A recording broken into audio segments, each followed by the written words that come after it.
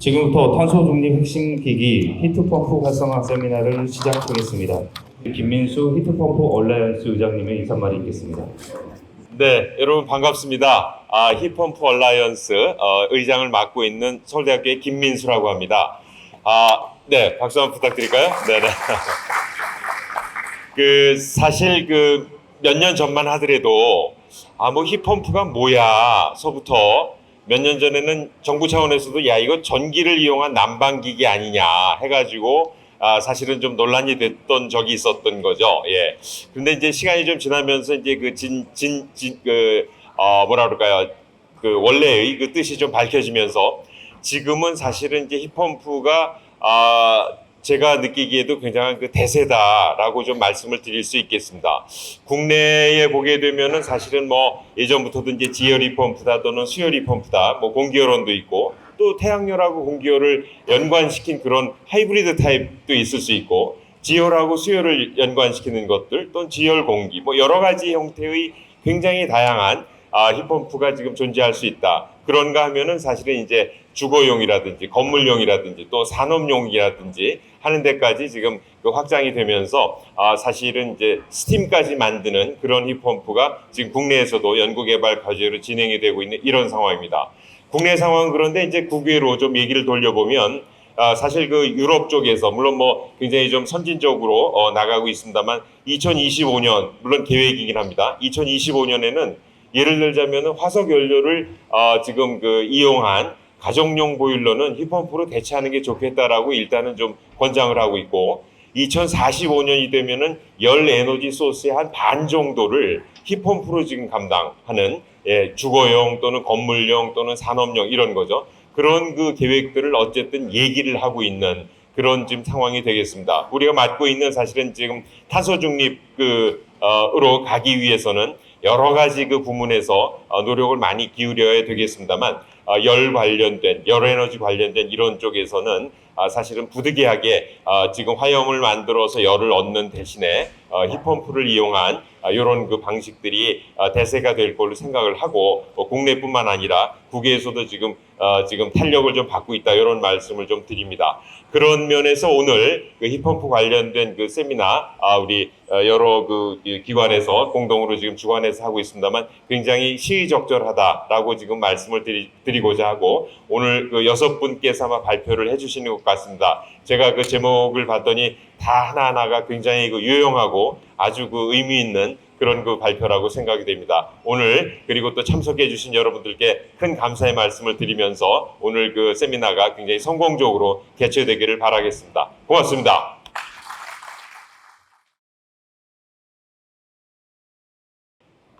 네, 발표 시작하겠습니다. 저는 첫 번째 발제를 맡은 녹색에너지 전략연구소의 임현지 부연구위원이라고 합니다. 제가 오늘 발표드릴 주제는 건축물 탈탄소 정책 히트펌프의 역할은 이라는 제목입니다.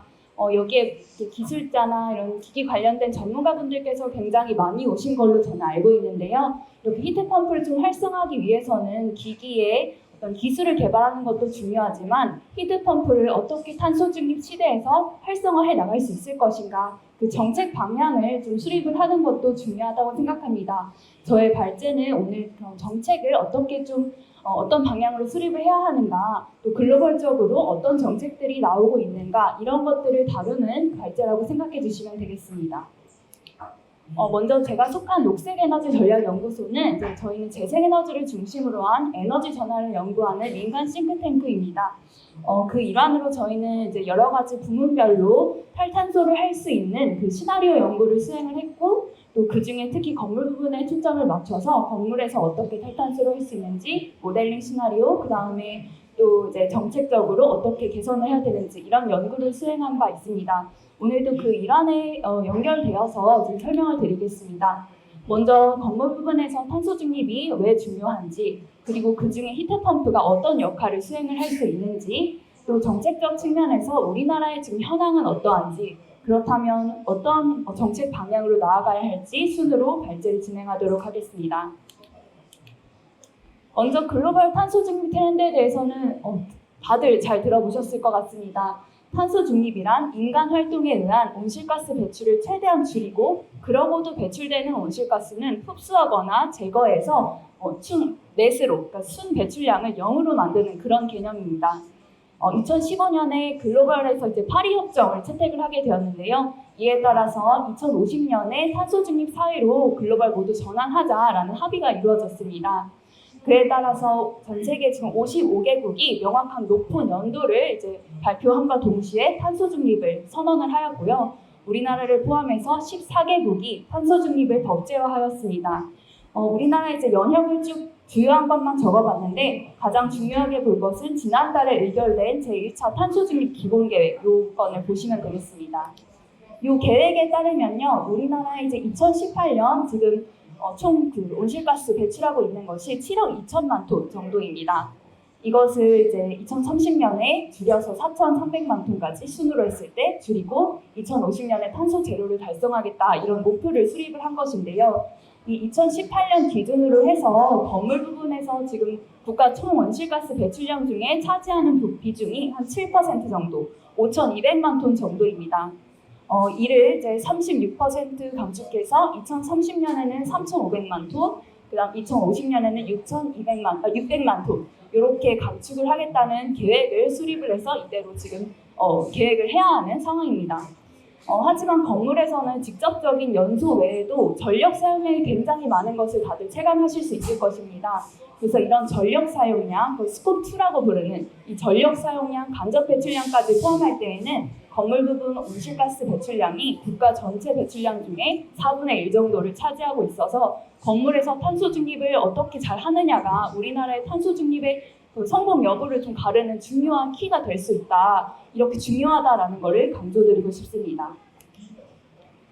건물에서 이제 탈탄소를 어떻게 할 것인가 생각했을 때 굉장히 많은 요인들이 떠오를 것입니다. 요 왼쪽 그림을 보시면 굉장히 많은 이제 수단들이 나와 있는데요. 특히 여기 하단에 이제 그림을 보시면은 IEA에서도 건물 에너지 효율을 강화하는 것이 가장 큰 건물의 탈탄소 수단이고 또 난방연료를 탈탄소화하는 것이 또 큰 수단이다. 이렇게 두 가지를 핵심 수단으로 보고 있습니다. 그 외에도 이제 개별적인 조명이나 개별 전자기기들을 고효율화하는 것, 요 세 가지가 주요하게 건물에서 탈탄소를 할 수 있는 감축 수단입니다. 또 이 이외에도 건물에 재생에너지를 설치하게 되면 열이나 전력에서 나오는 이런 탄소 배출을 또 감축을 할 수 있기 때문에 스콥 2의 측면에서, 그러니까 전환 부분의 측면에서의 감축에도 기여를 할 수가 있고, 그 다음에 건물을 이루고 있는 이 건축 자재들을 또 친환경화하고 또 이 자재들을 생산하는 과정에서 나오는 탄소 배출을 감축시키면은 이제 스콥 3, 즉 원료 사용, 산업 부분에서의 탄소 감축에도 기여를 할 수 있는, 건물 부분에서 이제 탄소 중립에 이렇게 많은 부분에 기여를 할 수 있는, 그러나 이제 건물 부분 자체만 봤을 때는 건물의 이제 단열 같은 에너지 효율을 개선하는 것, 그리고 난방 연료를 탈탄소화하는 것, 이 두 가지가 주요한 감축 수단이다라고 보시면 되겠습니다. 그렇다면 히트펌프가 이렇게 건물 부분의 탈탄소에서 어떤 역할을 할 수 있는가? 한마디로 말씀드리면은 이제 글로벌 측면에서 봤을 때에도 우리나라에서 봤을 때에도 난방연료를 탈탄소화하는 핵심 수단이 바로 히트펌프다라고 말씀드릴 수 있겠습니다. 다들 아시다시피 이제 아까 의장님께서도 말씀을 해주셨다시피 전 세계적으로 히트펌프가 매우 확대가 되고 그 속도도 가속화되는 추세에 있습니다. 2021년 기준으로 해서 전 세계 히트펌프의 이제 판매량이 전년 대비 10% 이상씩 계속 가속화되고 있는 추세인데, 요것들이 이제 특히 영국이나 독일에서 이제 히트펌프를 50~60만 대씩 연간 보급을 하겠다라는 계획을 수립하고 또 그에 따라서 지원금도 제공을 하고 있는 상황이거든요. 그래서 유럽 국가에서 이러한 히트펌프 판매량의 증가를 좀 견인하고 있는 상황입니다. 지금 현재 기준으로 봤을 때는 전 세계 건물 난방 수요의 한 10% 정도를 히트펌프가 차지를 하고 있고, 이것이 이제 IEA의 요 시나리오에 따르면은 2030년에는 한 20% 정도 차지를 하고 2050년에 가서는 50% 이상이 히트펌프로 난방을 할 것이다라고 시나리오를 발표하고 있습니다. 또한 이제 2030년에 이렇게 히트펌프 보급이 확대됨에 따라서 건물에 지금 난방에 화석연료를 사용하고 있는 것 중에 30%가 감소하고 그 중에 절반은 히트펌프가 대체 역할을 할 것이다. 그에 따라 온실가스 배출량도 현재 대비 4분의 1 이상이 2030년에 감축될 것이다. 즉 히트펌프로의 대체를 통해서 온실가스가 많이 감축될 수 있다라는 것들을 이야기하고 있습니다.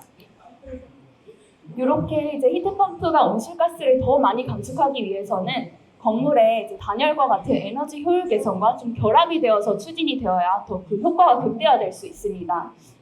다들 이제 아시겠지만 단열이나 기밀 같은 것들을 강화하면 우리가 난방을 이제 지금 사용하는 것 대비 더 적게 사용해도 될 것입니다. 그렇기 때문에 이제 기존엔 뭐 히트펌프를 설치하더라도 화석연료를 또 뗐어야 한다면 이제는 히트펌프만으로 이거를 돌릴 수 있다든지 아니면은 이렇게 히트펌프에도 전력이 많이 사용이 되는데 이 전력 사용량 자체를 좀 완화시키는 이런 화석연료 사용 감축, 개통 부담 완화에 기여할 수 있는 그런 효과가 같이 이제 단열과 함께 됐을 때 같이 기여를 할 수 있을 것입니다. 이렇게 이제 IEA에서는 단열 같은 것들을 강화하기 위해서 그린 리모델링을 연 2.5%씩 많이 추진을 해야 된다라고 발표를 하고 있습니다. 우리나라의 경우에는 지금 연한 0.4% 정도씩 리모델링이 추진이 되고 있거든요. 그래서 굉장히 5배 이상 우리가 강화를 해야 되는 그런 상황입니다. 실제적으로 이제 자료를 봤을 때에도 덴마크에서 그 건물의 에너지 효율 등급을 A에서 G까지 매기고 있는데요. 이 최고와 최저 간 전력 소비의 30배까지 차이가 났다고 합니다. 그래서 효율 등급을 같이 개선을 하고 난방 에너지 수율을 감축시킨 다음에 그만큼의 히트펌프로 이제 하게 된다면 화석연료 사용이 그만큼 더 감축하고 온실가스 배출도 훨씬 감축할 수 있다라는 부분을 말씀드리고 싶습니다. 또 독일 같은 경우에는 이 중요성을 깨닫고 있어서 연방 자금을 통해서 에너지 성능을 개선하고 난방 기기를 또 전환하는 이 두 가지를 같이 패키지로 보조금을 주고 기기를 상담을 해주고 컨설팅을 해주고 이런 패키지로 지원을 하는 그런 제도를 운영하고 있습니다. 또 중요한 것은 히트펌프가 또 지역 난방에 있어서도 탈탄소를 할 수 있는 주요 수단으로 활용이 될 수 있다는 것입니다. 지역 난방도 이제 가스보일러나 이런 기존 보일러를 대체할 수 있는 탈탄소 수단 중에 하나인데요. 여전히 지금 전 세계적으로 지역 난방의 90%가 화석연료로 운영이 되고 있습니다. 그리고 또 마땅히 이제 탈탄소로 할 수 있는 기반들이 뚜렷하게 지금 나와 있지는 않은 상황인데요. 유럽연합은 그럼에도 불구하고 지역 난방을 탈탄소하기 위해서 2050년에는 여기 제일 하단의 표를 보시면은 재생에너지와 폐열만을 사용해서 지역 난방을 운영하겠다. 2050년 계획을 이렇게 수립을 하고 또 단계적으로 어떻게 좀 더 재생에너지 활용을 높일지 이런 계획들을 수립을 하고 있습니다. 이 Reuse Heat 프로젝트라는 것들을 좀 참고하시면 도움이 될 것 같고요. 그다음에 덴마크, 프랑스, 독일 같은 데에서는 히트 펀드나 아니면 보조금 같은 것들을 지급을 해서 지역 난방에서 히트 펌프를 넣어서 탈탄소화하는 그런 것들을 좀 추진하고 있다. 이렇게 보시면 되겠습니다. 또한 이렇게 이제 그 지역 난방에서 히트 펌프가 들어가면 굉장히 대규모로 들어가게 되고 이제 추결조 같은 것들도 같이 설치를 할 수가 있는데요. 이 추결식 히트 펌프를 사용했을 때에는 파워 투 힛이라고 해서 섹터 커플링, 즉 전환 부분과 열 부분의 이제 연계가 가능하게 됩니다. 이제 재생에너지가 많이 늘어나게 되면은 이제 태양광 같은 것들이 너무 많이 발전이 됐을 때 이 잉여 전력을 그대로 지금 버려야 하는 상황인데 이런 것들을 추결조에 열로 저장을 했다가 나중에 또 전력이 필요할 때 열을 다시 전력으로 바꿔서 사용하는 그러니까 재생에너지 간헐성 해소에 굉장히 도움이 될 수 있는 미래 부분에 좀 유망한 분야다라고 보시면 되겠습니다. 실제로 지금 독일의 히트펌프 업체하고 이제 TSO, 그러니까 전력 수급을 하는 이 기관하고 같이 히트펌프를 활용해서 수요 반응을 하는 그런 파일럿 프로젝트도 시행을 하고 있습니다. 네, 다음은 우리나라의 지금 현황과 법제도를 좀 살펴보겠는데요. 우리나라에서 건물 부분의 이제 주요 온실가스 배출 요인은 난방에너지 사용이다라고 보시면 되겠습니다. 특히 지금 우리나라는 노후 건물이 굉장히 많습니다. 이 노후 건물이 문제가 되는 것은 우리나라 정부가 한 2010년 정도부터 단열 기준을 좀 대폭 강화를 하기 시작했거든요. 그래서 2010년 이전에 지어진 건물은 좀 단열이나 이런 것들이 매우 떨어진다, 에너지 성능이 매우 떨어진다고 보시면 되겠습니다. 이 국토교통부 자료를 보시면은 30년 전에 건축된 건축물 대비 신축 건축물을 봤을 때 난방 에너지 사용량이 30-40%나 차이가 난다, 더 감축되었다라는 것을 보실 수 있는데 요 아래 그래프를 보시면은 우리나라에 지금 2010년 이후로 건축된 건축물이 한 25% 정도밖에 안 되고 나머지 75% 정도는 좀 노후한 에너지 효율이 좀 떨어지는 그런 건축물이 있어서 이런 건축물들을 지금 건축물들이 난방 에너지 수요가 굉장히 높아서 이렇게 탄소 배출이 많이 되고 있다. 그리고 이렇게 난방을 쓰는 데 있어서 화석연료 사용의 비중이 굉장히 높습니다. 특히 주거 부문에서는 이제 가스 보일러가 거의 절반을 지금 차지하고 있는 상황이고 이제 나머지 뭐 석탄, 석유 같은 것들도 포함하면은 한 62% 정도가 화석연료로 지금 운영이 되고 있습니다. 그렇지만 우리나라의 지금 정부 계획에서는 이 건물의 난방을 어떻게 탈탄소화할 것인가에 대해서 전혀 계획이 들어가 있지 않습니다. 그리고 2050년 아까 기본계획 보셨다시피 2050년에도 여전히 이제 도시가스가 건물에서 사용이 되기 때문에 여전히 탄소 제로를 달성하지 못하게 되는 그런 계획을 지금 가지고 있습니다. 이게 2021년에 NDC 상향안에서 냈던 이제 정부 발표 자료고 오른쪽은 이번 4월에 의결된 요 탄소중립 기본계획의 수단인데요. 요 기본계획의 수단 중에 이제 여러 가지 뭐 문구들이 있지만 난방 관련된 언급이 딱 두 줄 들어가 있었습니다. 첫 번째는 이제 도시 재생 사업 이런 좀 특수한 케이스에 좀 화석연료를 전력하겠다. 그리고 두 번째는 이제 수열 에너지를 좀 활성화하겠다. 요 두 가지가 굉장히 좀 제한된 감축 정책이라고 생각을 하거든요. 그래서 좀 더 포괄적으로 적용할 수 있는 그런 정책을 난방연료 탈탄소 정책을 수립할 필요가 있겠습니다. 그리고 또 우리나라에도 다른 나라와 굉장히 큰 차이점이 다른 나라에서는 지금 강력하게 난방을 이제 탈탄소하겠다. 그러니까 가스 그리드를 아예 설치하지 못하게 하겠다. 신축 주택에 대해서 혹은 기축 주택에 대해서도 뭐 단계적으로 못하게 하겠다. 이런 정책이 실제로 지금 많이 수립이 되고 법제화되고 운영이 되고 있습니다. 그렇지만 우리나라의 경우엔 오히려 모든 주택에 가스 공급을 의무화하는 제도가 좀 반대 제도가 운영이 되고 있고 또 일부 이제 전기의 어떤 전력 부하 때문에 이제 전기 냉방을 오히려 규제하는 그러니까 좀 우리나라가 이제 다른 나라 좀 반대 방향으로 가는 그런 좀 측면이 있습니다. 그렇지만 이제 난방 수명이 한 번 설치되면 15년 이상 가게 되니까 지금 뭐 신축 주택에 뭐 금지를 해야 한다 이런 뭐 여러 가지 규제가 없다고 하면은 당연히 그냥 을에 이제 지금 주택에 모든 가스를 또 설치를 해야 되기 때문에 그냥 가스 보일러를 설치하게 되거든요. 한 번 가스 보일러 설치하면 15년 동안 쭉 가게 되기 때문에 좀 명확한 신호를 시장에 좀 미리 주기 위해서라도 이런 이제 금지 정책이나 어떤 탈탄소를 어떻게 하겠다라는 계획 정도라도 정부에서 좀 내야 된다라는 부분을 말씀드리고 싶고 여기 또 이제 오른쪽에 유럽 국가들 보면은 이제 여기는 그 주황색은 이제 모든 빌딩에 대해서 가스보일러를 금지하겠다는 것이고 선언한 나라이고 또 파란색은 이제 신축 주택에 대해서 뭐 가스보일러를 금지하겠다. 굉장히 여러 나라들이 지금 선언을 하고 준비를 하고 있거든요. 또 그에 따라서 요 주황색 그래프처럼 이제 난방 수요가 이렇게 줄어들 그런 예정이고요. 그래서 우리나라도 좀 이에 맞게 탈탄소를 어떻게 할지 좀 계획이라도 수립을 하고 발표를 하는 준비를 해야 된다. 당장 금지를 하지 않더라도 발표를 좀 해야 되지 않나 생각을 합니다. 그리고 또 마지막으로 이제 정부 예산에서 지금 건물의 탈탄소에 좀 도움이 될 수 있는 그런 예산들을 제가 이제 좀 리스트를 뽑아봤는데요. 그 중에 이제 빨간색 박스 쳐놓은 것들이 좀 열과 관련된 그런 부분입니다. 먼저 첫 번째로 이제 저소득 취약계층에 대해서 에너지 지원 당연히 필요합니다. 그렇지만 이 에너지 바우처 사업 중에 한 250억 원 정도가 연탄이나 등유를 구입하는 그런 보조 비용으로 들어가고 있거든요. 근데 EU 같은 경우에는 2027년부터는 화석연료에 대한 재정 지원을 절대 하지 못하도록 전면 금지하는 법안을 통과했습니다.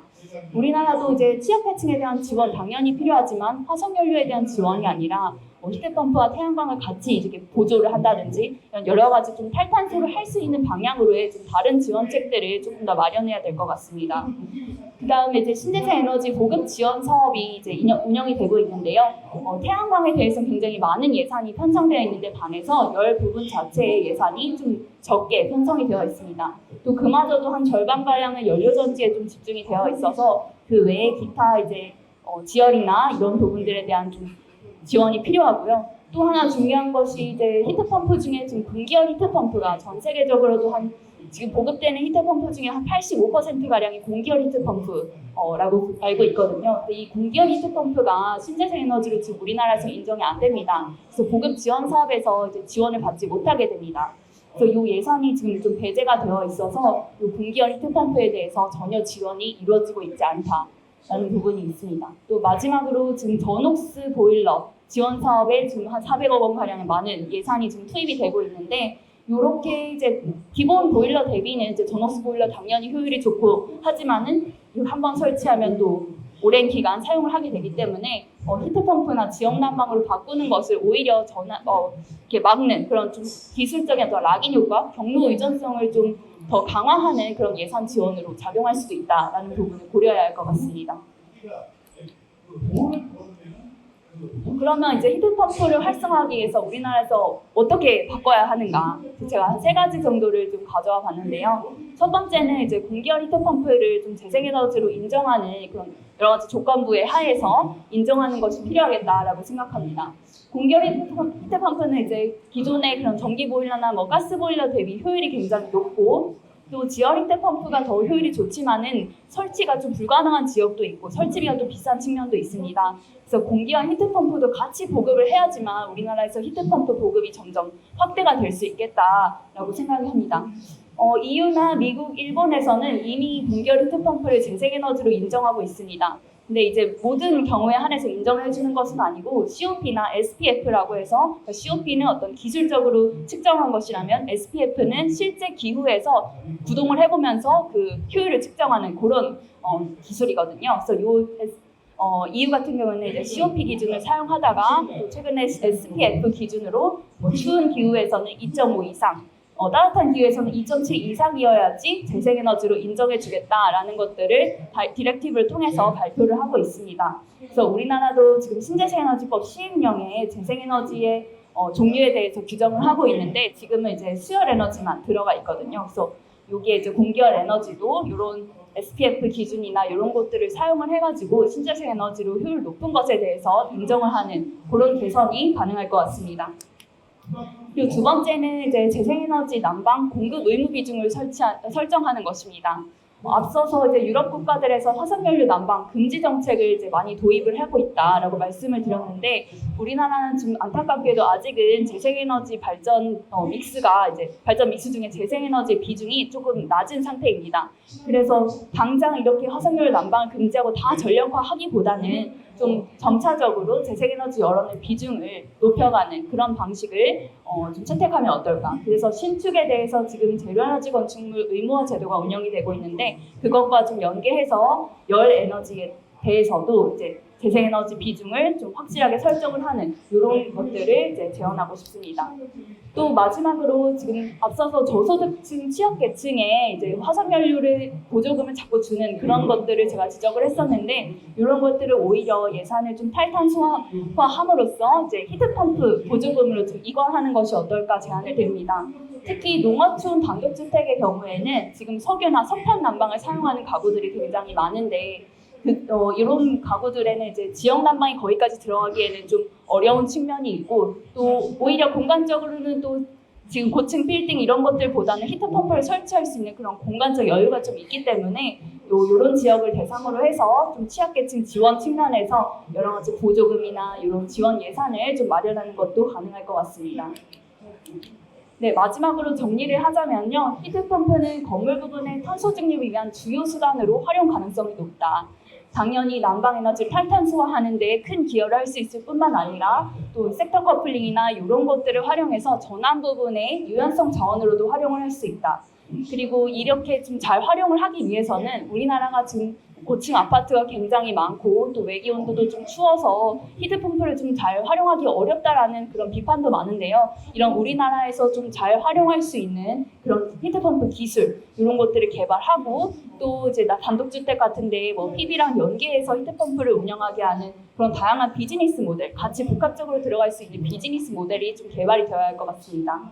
또 두 번째로는 난방 부분의 탈탄소를 위한 이제 장기적인 로드맵 필요하고 또 건축물 효율 개선과 패키지로 추진이 되어야지 같이 좀 탄력을 받아서 같이 이제 민간 부분에도 들어갈 수 있다. 지금 너무 공공 부분에만 좀 단열 개선이나 이런 것들이 치중이 되어 있거든요. 그래서 민간 부분에도 같이 패키지로 들어가는 그런 계획이 수립이 필요할 것입니다.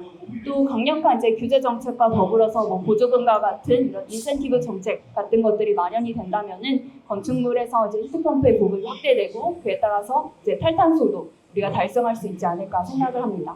네, 긴 발표 들어주셔서 감사합니다.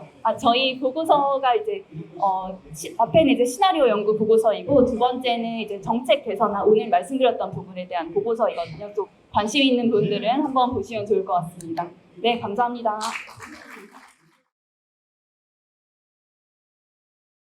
네, 안녕하십니까. 한국 소구동에 맞은 월드게이시 주임관입니다. 다시 인사드리겠습니다.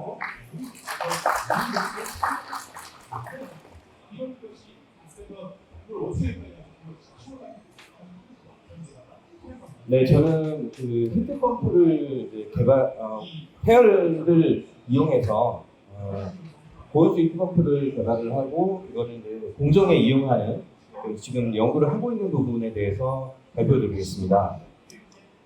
먼저 이제 주요 기술 내용 부분하고 히트펌프 시장 도약 그리고 향후 계획 순으로 발표드리겠습니다. 먼저 복합 페어런을 이용한 공정수 가열용 히트펌프 시스템 개발에 대해서 말씀드리겠습니다. 압축 히트펌프는 이런 다양한 제품들이 현재 나와 있는데 대부분 이제 냉방이라든지 온수를 만드는 경우는 40에서 50도, 60도 정도 이제 온수를 만들어내는 그런 히트펌프들이 많이 있죠. 다양한 여론이 존재하는 이제 산업 공정에 활용이 될 수 있고 여론 간의 이제 열 균형, 이온열을 이제 재활용할 수 있다는 점. 그리고 탄소 저감이 실현될 수 있고 히트펌프 시장의 점유율이 증가하고 있는 현재 추세를 반영하고 있기 때문에 히트펌프는 이제 계속 지금 증가하고 있는 추세라고 말씀드릴 수 있습니다. 다음으로 이제 저온 열원 부분인데요. 이 히트펌프는 공정 폐열이라든지 산업 폐열 그리고 지열, 미활용 에너지들을 저온 열원을 이용해서 난방 온수라든지 스팀, 공정수를 이제 재활용하는 데 쓰일 수가 있습니다. 산업 공정에서 발생되는 저온 폐열을 이용해서 이제 저희는 그 85도 정도의 온수를 만드는 그런 히트펌프 시스템을 개발을 하고 있습니다. 그 공정 중에는 저희가 염색 공정을 지금 타겟으로 하고 지금 연구를 진행하고 있는데 염색 공정에서는 그 염색기라든지 텐더기, 수세기 등에서 이제 폐열들이 많이 나오고 있는데 거기에는 이제 공기 폐열, 복합 폐수죠. 염색 폐수가 상당히 좀 지저분하고 파울링이 많이 좋지 않습니다. 그런 폐수가 이제 방류가 되고 있는데 이 폐수의 온도가 이제 40에서 60도 정도 이렇게 나오고 있고요. 이 폐수는 보통 이제 온도가 높은 상태이기 때문에 곧바로 방류하지 않고 일부는 이제 온도를 저감시켜서 방류하고 있고 일부 저류조에서 저장을 또 하고 방류를 하고 있는 것으로 알고 있습니다. 저희는 이 폐수를 잠열 추결조를 이용해서 추결을 하고 그 추결된 열을 이용해서 다시 추결된 열은 증발기 열원으로 쓰는 그런 히트펌프를 지금 개발을 해서 이 히트펌프에서 궁극적으로 60에서 70도 물론 계절적으로 차이가 있습니다. 동절기에서는 이제 옷감이 좀 얇기 때문에 온도가 좀 낮은 온도가 공급이 돼도 되기 때문에 60에서 70도 정도의 온수 그리고 하절기에는 이제 80에서 90도 겨울 옷감을 준비해야 된다고 하더라고요. 그래서 그때는 조금 높은 온도의 온수를 공급을 해서 이 공정에 다시 공급하는 그런 시스템입니다. 현재 염색 공정에서 보일러가 많이 쓰이고 있습니다. 이제 20도 공업 용수죠. 우리가 시수라고 얘기하는 시수를 이제 공정에 투입을 해서 그 보일러로 시수를 가열하고 거기서 만드는 스팀으로 염색기라든지 텐더기, 수세기의 열원을 쓰고 있는데 이때 다량의 증기와 온수를 사용함에 있어서 이 화석연료를 많이 쓰고 있는 실정입니다. 특히 이제 LNG 도시가스를 이용해서 쓰고 있고요. 저희가 이제 히트펌프를 적용하는 그 기대 효과로는 열수의 60%까지 이제 공급이 가능하다는 점, 에너지 절약을 통해서 원가 절감. 실제로 에너지 비용이 이 섬유공정에서 차지하는 게 거의 40%에 육박하다고 합니다. 그 부분에서 일부 저감이 된다 그러면 원가 절감 부분도 충분히 기여할 수 있을 것으로 예상이 되고 추가적으로 CO2 저감이라든지 산소 중립, 산업 경쟁력 강화도 기대할 수 있을 것으로 예상이 됩니다. 저희가 개발하고자 하는 주요 핵심 기술에 대해서 세 가지 컨텐츠로 말씀드리겠습니다. 먼저 용량 가변형 히트펌프 시스템 설계 및 운전 최적화 기술 개발인데요. 용량 가변이라는 말은 어떤 의미냐면 이 염색 공정에서는 우리가 히트펌프에서 만들어내는 그 물을 대부분의 이제 난방이라든지 건물에서는 다시 리턴해서 쓰고 있는데 여기는 다 버려집니다.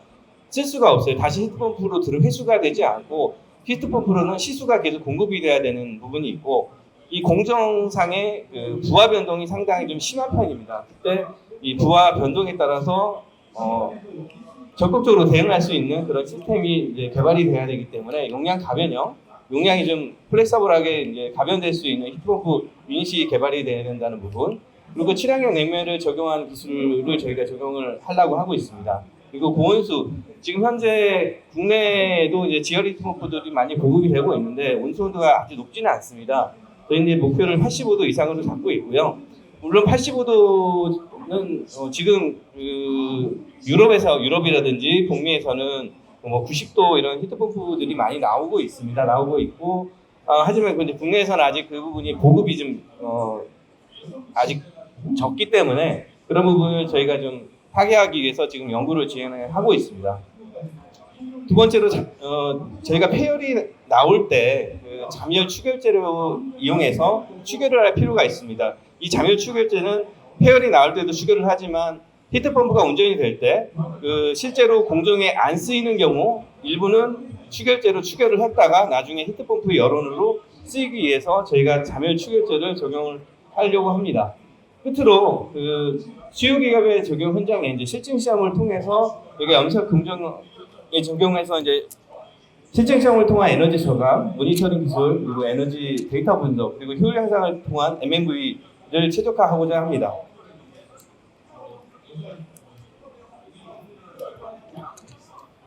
저희가 연구하고자 하는 염색 공정 시스템의 이제 개념도입니다. 왼쪽에 보시는 부분은 기존의 염색 공정의 시스템이라고 이해하시면 됩니다. 이전에 보일러를 이용해서 그 보일러에서 나오는 스팀이 이제 텐터기, 염색기, 세척기로 들어가서 열을 쓰이고 거기서 나온 온수가 되겠죠. 온수는 이제 방류가 되는 그런 시스템입니다. 현재 그렇기 때문에 열을 거의 회수되지 않고 열을 계속 그냥 쓰고만 있다라는 그런 실정입니다.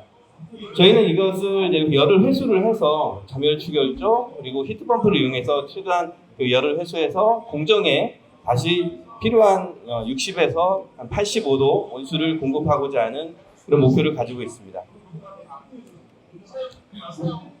다음에는 저희가 히트펌프 시스템, 히트펌프에 대한 설계에 대한 부분입니다. 히트펌프는 이제 압축기, 증발기, 응축기 그리고 이런 부분들을 저희가 이제 자체적으로 설계를 하고 있는 부분입니다.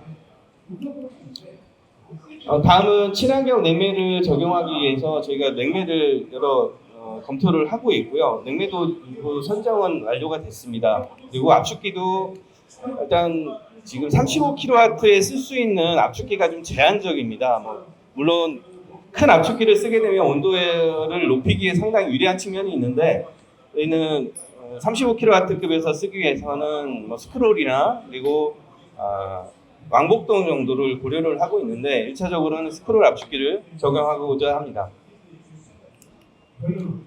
다음은 이제 잠열 추결제에 대한 얘기입니다. 저희는 잠열 분량 180kJ/kg 이상의 잠열 물질을 개발하고자 하는데 추결제에 대해서 잘 아시겠지만 추결제는 추결 온도가 이제 어떤 온도를 정할지가 저희가 중요합니다.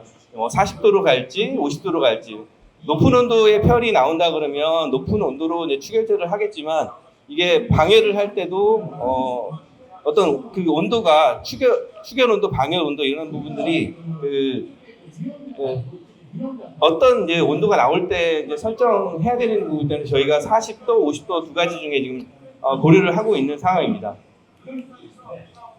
다음에 유틸리티 설계를 위해서 수요기업의 이제 여론이라든지 에너지 현황을 저희가 분석을 하려고 합니다. 일부 진행을 했고요.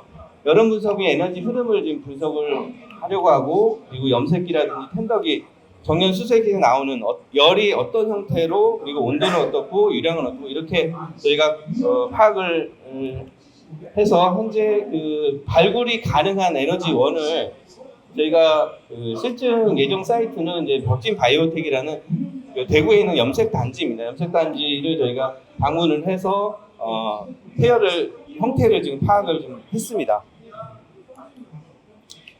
다음은 이제 모의부화에 대한 얘기입니다. 저희 모의부화를 저희가 하고자 하는 이유는 기본적으로 히트펌프의 성능을 측정하기 위해서는 증발기, 축기, 열원, 그리고 유량 이 정도만 이제 하면 성능은 확인이 가능하지만 실제로 필드에서 시운전을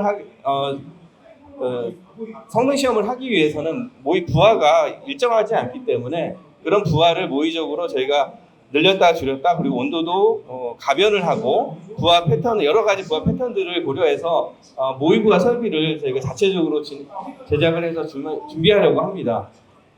아래와 같은 이제 시험 설비를 지금 저희가 준비를 하고 있고요.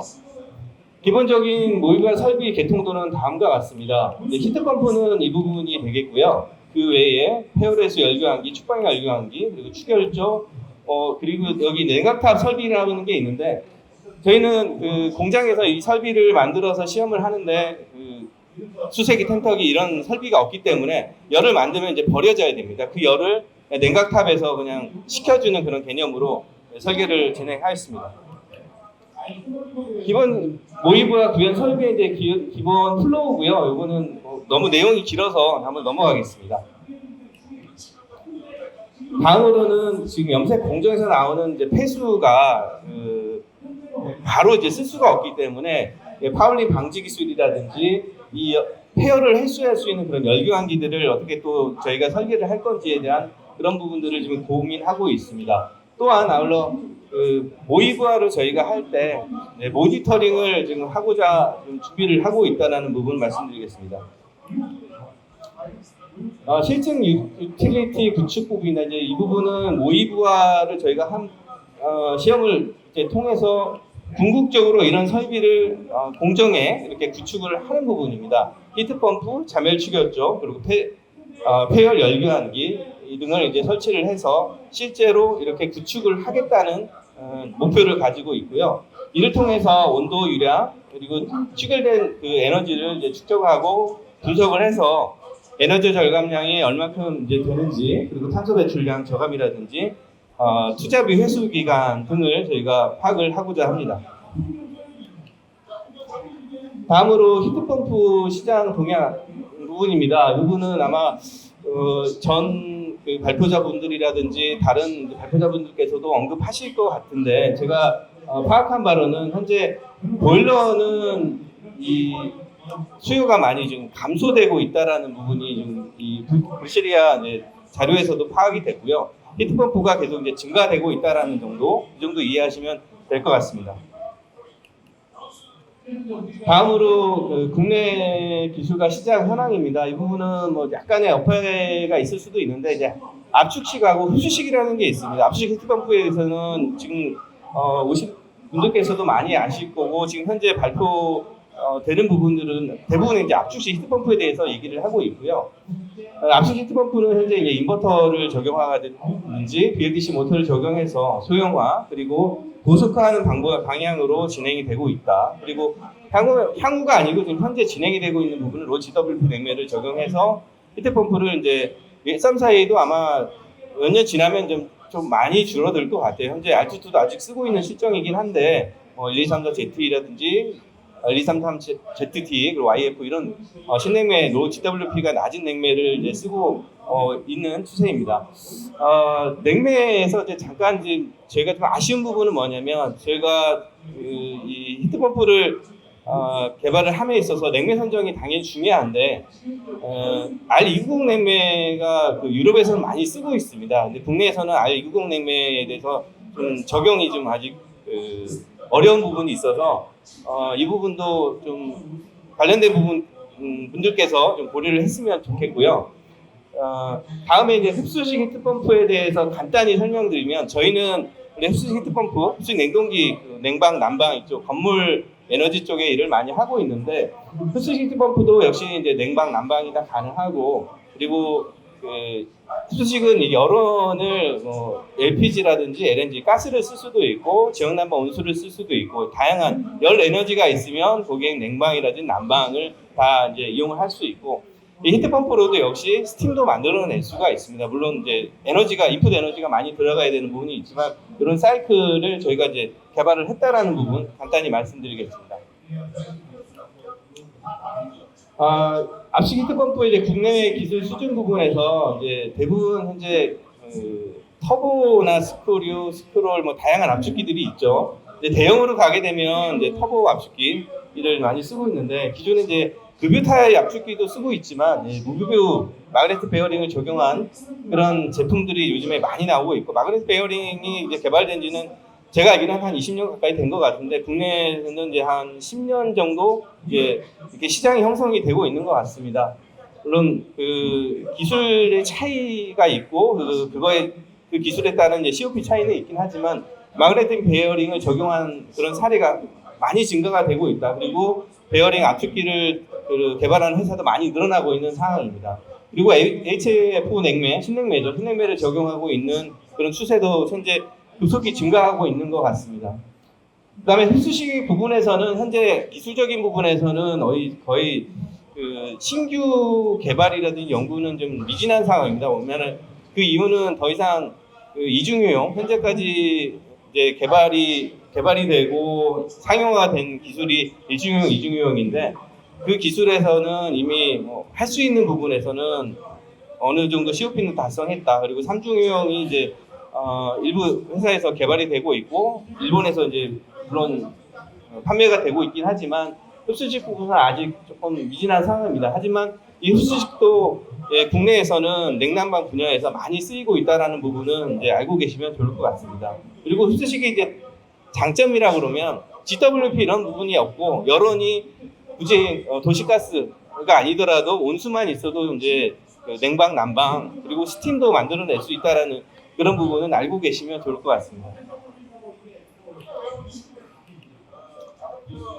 히트펌프 기술 시장 동향입니다. 뭐 그린 뉴딜 에너지 이제 강화 여러 가지 이제 활용 방안들이 있고요. 이 부분은 이제 발표제로 그냥 보시면 될 것 같아서 넘어가겠습니다. 히트펌프는 이제 과학적 기술적 부분에서 이제 기술 향상이라든지 85도 이상의 고온수를 생산할 수 있는 그 국내 제품이 아직 제가 파악함으로 국내에서는 그렇게 많지는 않은 것 같습니다. 그리고 그 제품에 있어서 이제 HF 신냉매를 GW 냉매를 적용한 히트펌프가 이제 개발이 현재는 미진한 상황이고 이 부분을 저희가 이번 연구를 통해서 진행을 하고자 합니다.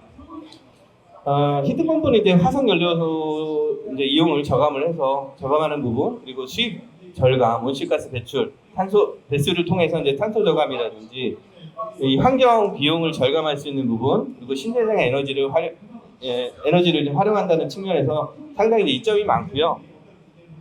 사회적 측면에서는 이제 고효율 저하 에너지 제조 공정으로 빨리 전환이 돼야 되겠다는 거 그리고 폐수 발생량이 많은 이제 공정에 친환경 기술이 이제 적용이 필요하다. 지금 산업에서는 히트펌프를 많이 쓰고 있는데 대부분이 냉방이라든지 스팀은 아직도 대부분 스팀 보일러를 쓰고 있습니다. 화석연료를 아직도 많이 쓰고 있다는 거죠.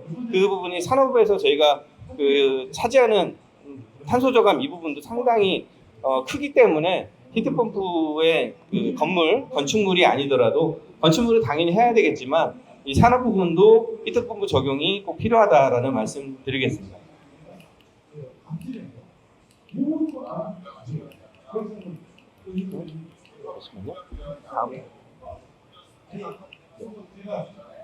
다음으로 히트펌프 시장 동향 적용 사례 간단히 말씀드리겠습니다. 히트펌프를 이제 폐수를 이용해서 이제 왼쪽 보시는 폐수를 이용해서 이제 온수를 만들어내는 히트펌프를 이용해서 지금 50도 정도를 만들어내는 그런 히트펌프가 있고요.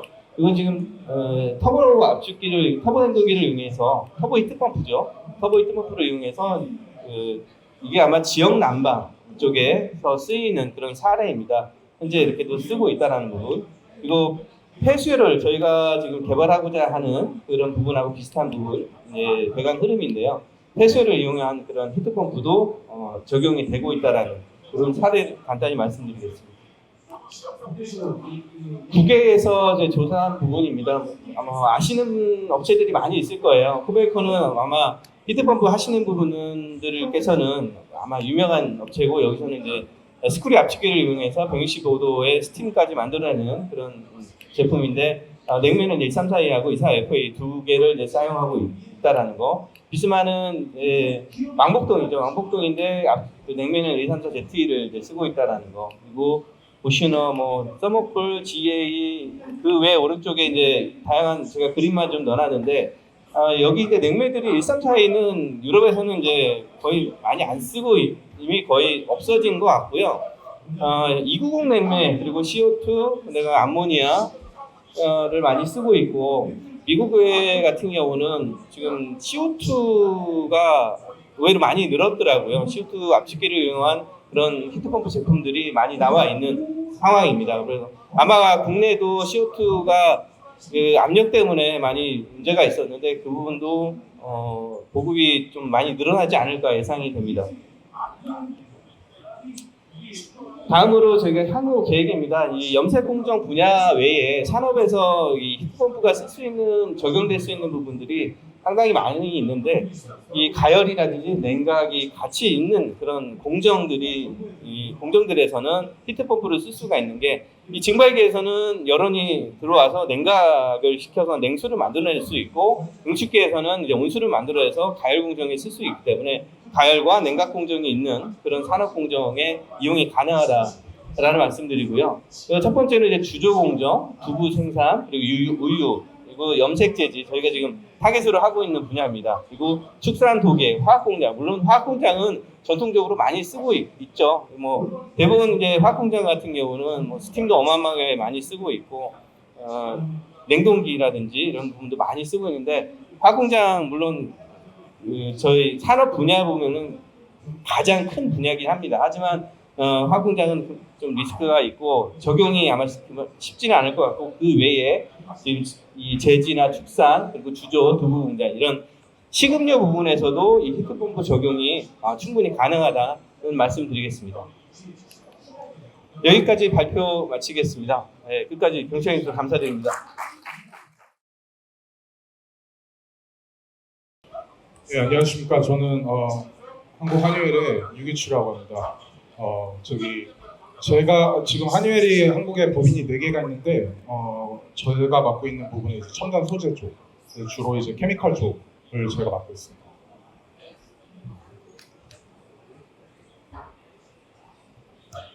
간략하게 회사 소개 좀 먼저 드리고 시작을 하겠습니다. 저희는 이제 미국 회사고, 크게 한 4개 정도의 4개의 사업부가 있습니다. 하나는 방산 민항기에 들어가는 이제 부품들, 보조 엔진, 내비게이션 시스템 이런 것들을 하고 있는 에어로스페이스 사업부가 있고, 그리고 이런 빌딩들을 제어하고 소프트웨어, 하드웨어들을 공급하고 있는 빌딩 테크놀로지, 그리고 제가 속해하고 있는 이제 그 한의회에 유일하게 화학 사업을 끼고 있는 PMT, 퍼포먼스 머티리얼스, 그리고 마지막으로는 이제 방진복 등 이런 그 세이프티 기어들, 그리고 RFID 솔루션 이런 것들을 하고 있는 SPS, 세이프티 프로덕티브 솔루션, 이렇게 총 4개의 사업부가 원 한의회를 구성을 하고 있습니다. 이 중에서 오늘 말씀드릴 내용은 아까 뭐 전에 발표자 분께서도 냉매에 대해서 몇 번 언급을 하셨는데, 저희 불소화물 사업부에 있는 산하에 있는 그 로우 GWP 냉매에 대해서 좀 말씀드리도록 하겠습니다.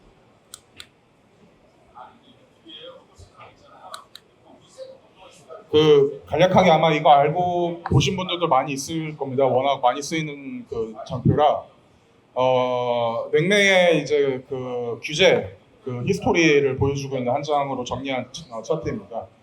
CFC, 소위 알고 계신 이제 프레온가스, 이제 프레온이 듀폰에서 개발한 그 CFC 브랜드명인데, 그게 어떻게 고착화가 돼서 고유명사화가 됐습니다. 이런 냉매 가스로. 그래서 CFC가 이제 1987년도 몬트리올 의정서부터 규제가 되기 시작했습니다. 규제가 된 이유는 여기 보시면 2가지입니다. 하나는 ODP, 오존 디플리팅 포텐셜, 그리고 하나는 GWP, 글로벌 워밍 포텐셜. 저 ODP라는 게 여기 보시면 앞에 C, 그리고 뒤에 C가 있지 않습니까? 중간에 F는 이제 불소고, 저기서 클로라이드가 오존층을 직접적으로 공격을 해가지고 오존층에 구멍을 만드는 주범입니다. 그렇기 때문에 저 ODP 지수라는 게 있고 그 뒤에 C는 카본입니다. 탄소. 저거는 온난화 지수의 주범이기도 하죠. 그 다음 세대가 좀 저런 지수들이 덜한 HCFC라는 겁니다. 저거는 96년도 교토의정서 때 모트리의정서 개정을 하면서 이제 규제를 하자 해가지고 이 규제가 이미 시작이 됐고요. 우리나라 같은 경우는 2030년까지 약 98%를 페이스다운 해야 됩니다. 현재는 한 감축률이 한 40% 정도 그 쿼터 베이스라인 대비해가지고 그 정도 되고 있고. 그 다음에 이제 HFC 보시면은 ODP 지수는 없습니다. 하지만 여전히 글로벌 워밍 포텐셜 지수가 높습니다. 그래서 이것도 규제해야 되지 않겠냐 해서 키갈리, 아프리카 르완다에 있는 키갈리라는 곳에 회원국들이 모여서 저거를 규제를 하자 해서 몬트리올 의정서를 개정한 키갈리 의정서를 이제 발의를 하게 됩니다. 그래서 아까 뭐 전 발표자가 언급하신 134A, 410A, 404 등 이런 HFC 물질들도 여기에 해당이 되는 물질들입니다. 그래서 저것도 이제 규제 대상으로 보시면 될 것 같습니다. 그래서 그러면 뭘 써야 되냐 냉매로서 크게 자연냉매와 HFO가 있습니다. HFO는 아까 뭐 말씀드린 대로 저희 회사에서 가지고 있는 3개의 몰레큘러가 있고요. 1234YFO, 1234ZD, 1234ZT 각자 물성들이 약간 틀리고 이것들이 타겟팅하고 있는 어플리케이션들이 틀립니다. 그리고 이것들이 설계가 됐을 때 전에 HFC 세대의 냉매들을 물성들을 맞춰가지고 타겟팅을 해가지고 설계된 화학물질들입니다. 그리고 자연냉매, CO2, 뭐 HF, 암모니아, 뭐 프로판 가스 이런 것들이 있습니다. 근데 뭐 완벽한 100% 솔루션은 없는 것 같습니다. 다 장단점이 있고 그거에 대해서는 좀 하나하나씩 좀 말씀드리도록 하겠습니다.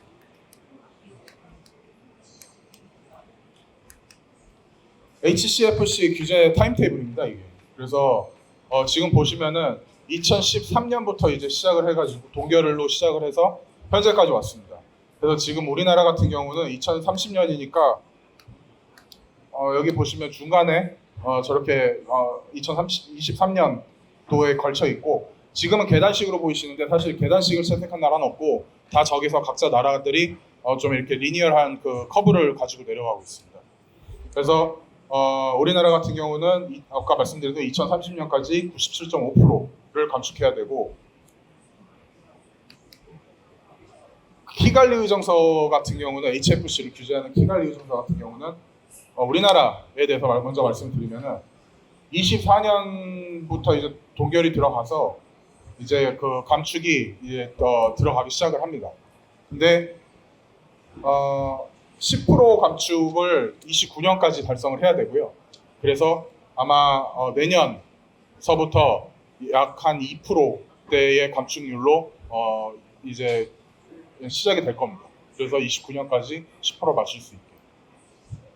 이미 여기서 개발도상국, 뭐 선진국 뭐 이런 식으로 2개 그룹으로 분류가 되는데 우리나라 같은 경우는 개발도상국으로 해당이 되어 있습니다. 그래서 지금 타임 스케줄이 이런데 선진국으로 얘기하고 있는 IPCC에서 선진국으로 규정하고 있는 미국, 유럽, 일본 같은 경우는 이미 이 규제들이 몇 년 전부터 시작이 됐습니다.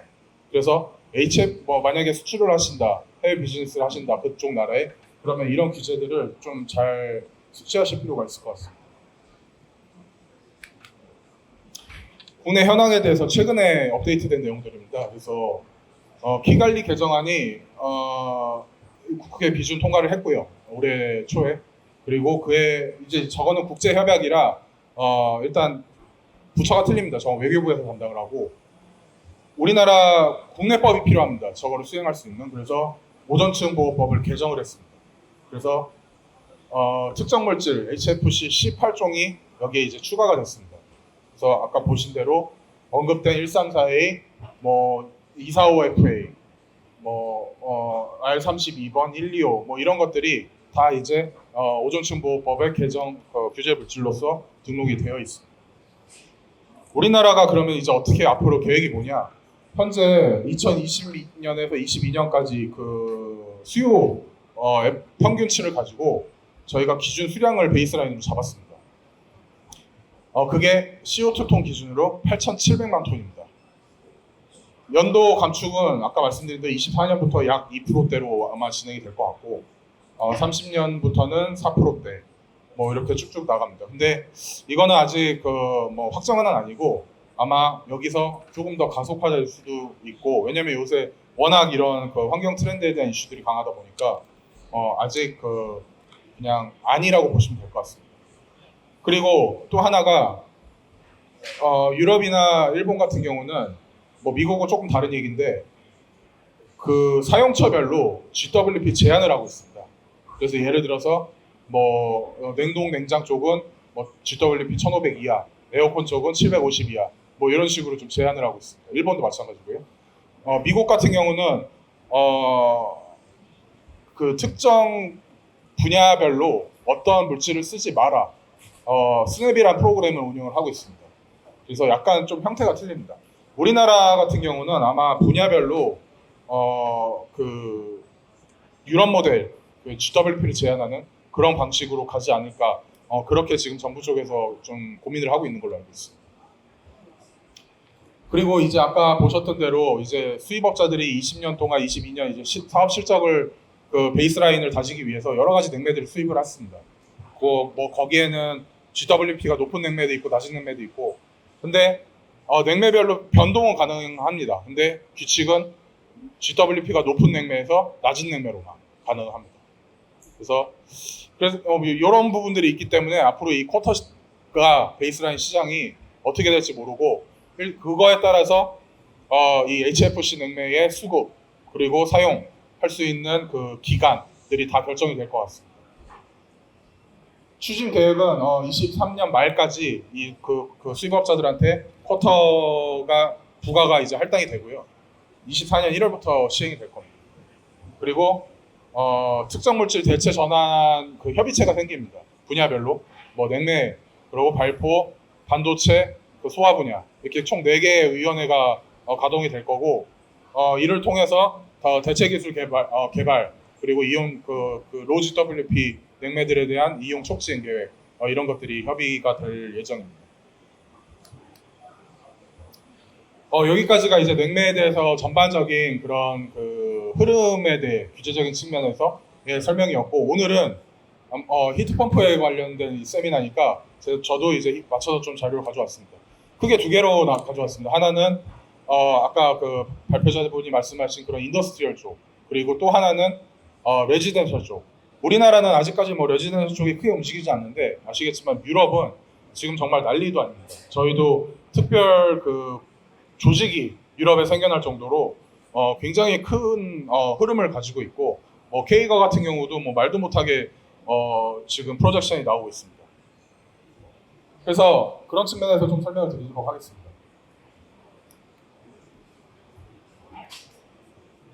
일단 인더스트리얼 쪽을 좀 말씀을 드리면은, 이거는 뭐 이게 저희 자체 조사입니다. 이제 히팅 디맨드를 좀 온도 대역으로 그러고 어플리케이션 산업별로 해가지고 좀 나눠봤습니다. 보시면은 뭐 80도 이하, 80도에서 120도, 그리고 120도 이상의 고온들, 그리고 분야는 뭐 담배 제조, 패브릭, 페이퍼, 뭐 페더, 뭐 세라믹, 뭐 이런 분야들이 있습니다. 근데 우리나라 성향하고 약간 안 맞을 수도 있습니다. 이게 뭐 저기 글로벌 자료이기 때문에. 근데 어쨌든 좀 트렌드적으로 봤을 때 80도의 그 중온이라고 저희는 이제 얘기를 하는데, 이쪽 분야가 가장 좀 수요가 많은 걸로 저희는 그렇게 보고 있습니다.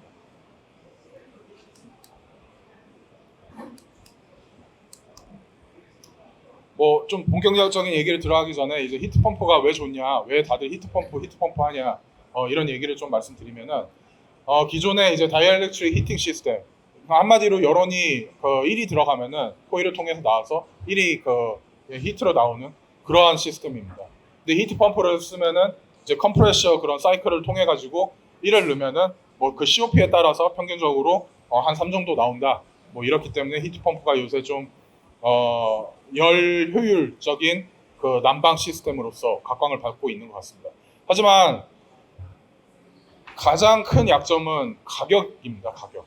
좀 비싼 시스템이겠다 보기 때문에 조금 그 뭐라 그러죠? 적용률이 조금 저조한 건 사실이고, 이에 맞게 특히 유럽 같은 경우는 정부 쪽에서 엄청나게 이제 지원 정책과 이런 그 컨버전 정책들을 펼치고 있습니다. 우리나라도 좀 그런 것들을 좀 본격적으로, 좀 공격적으로 좀 봐야 되지 않을까 싶습니다. 이제 냉매에 대해서 좀 말씀드리겠습니다. 아까 뭐 HFO에 대해서도 말씀드렸는데, 사실 HFO는 크게 세 개가 있습니다. YF랑 1234YF, 1233ZD, 1234Z인데 각 냉매별로 설명드렸듯이 좀 타겟팅을 하고 있는 그 기존 냉매 HFC가 있고 그 어플리케이션들이 있습니다. 예를 들어서 1234YF 같은 경우는 1342랑 거의 굉장히 그 물성이 비슷합니다. 그렇기 때문에 가장 많이 쓰고 있었던 저기 그 자동차 에어컨 냉매를 대체하고 있습니다. 그래서 지금 만약에 현대자동차나 뭐 이런 신차를 사셨다면은 아마 1234YF가 들어가 있을 확률이 굉장히 높습니다. 그리고 1234ZD 같은 경우는 저압 냉매입니다. 이 비점이 19도다 보니까 그 일단 상온에서는 그러니까 19도 이하에서는 액상이고요. 그 이하가 넘어가면은 이제 베이퍼라이제이션이 돼서 그 기체로 그 액상 변화 물질입니다.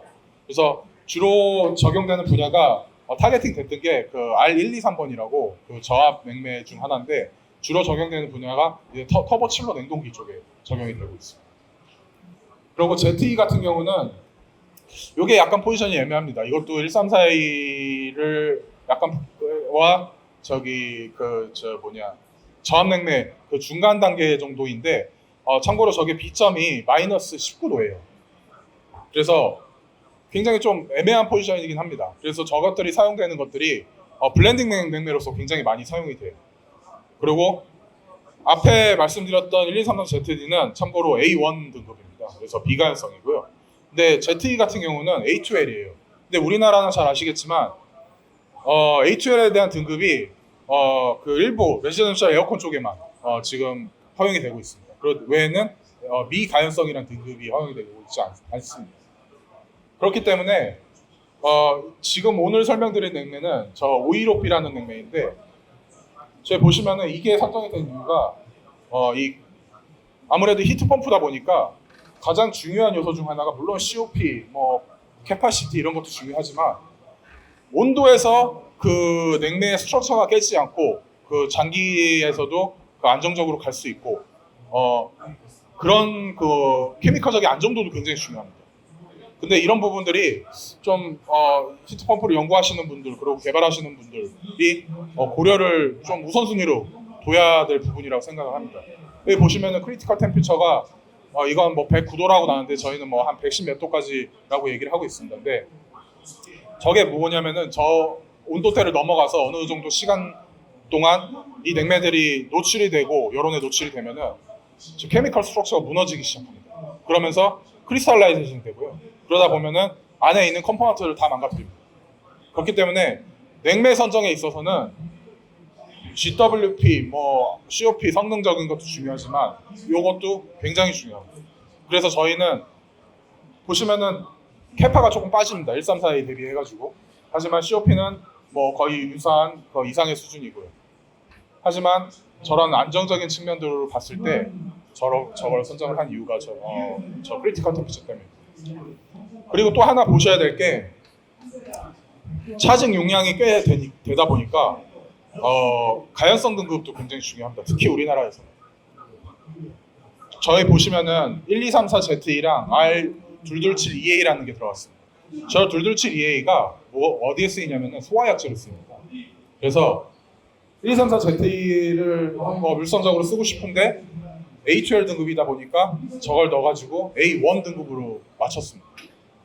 그래서 안정적인 측면을 좀 우선순위로 두고 그렇게 좀 차별화를 했습니다. 그래서 여기 뭐 자료를 보시면 이제 pH 선도, 그 엔탈피 선도를 이제 확인하실 수가 있습니다. 그래서 그런 것들을 봤을 때 가장 약점은 볼륨이 좀 빠진다는 거예요. 1342 대비해가지고. 그래서 그 시스템적인 그 설계에서 조금 용량이 커져야 되는 그런 한계가 있습니다. 하지만 아까 말씀드렸듯이 세이프티가 정말 중요하기 때문에 그렇게 좀 우선순위를 놨습니다.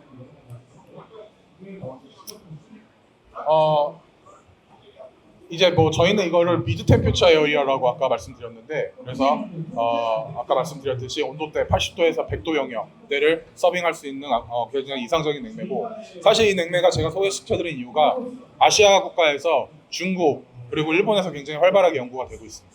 GWP도 지금 300 이하로서 앞으로 규제를 맞추는 데 있어서 큰 문제가 없을 거로 예상이 되고요.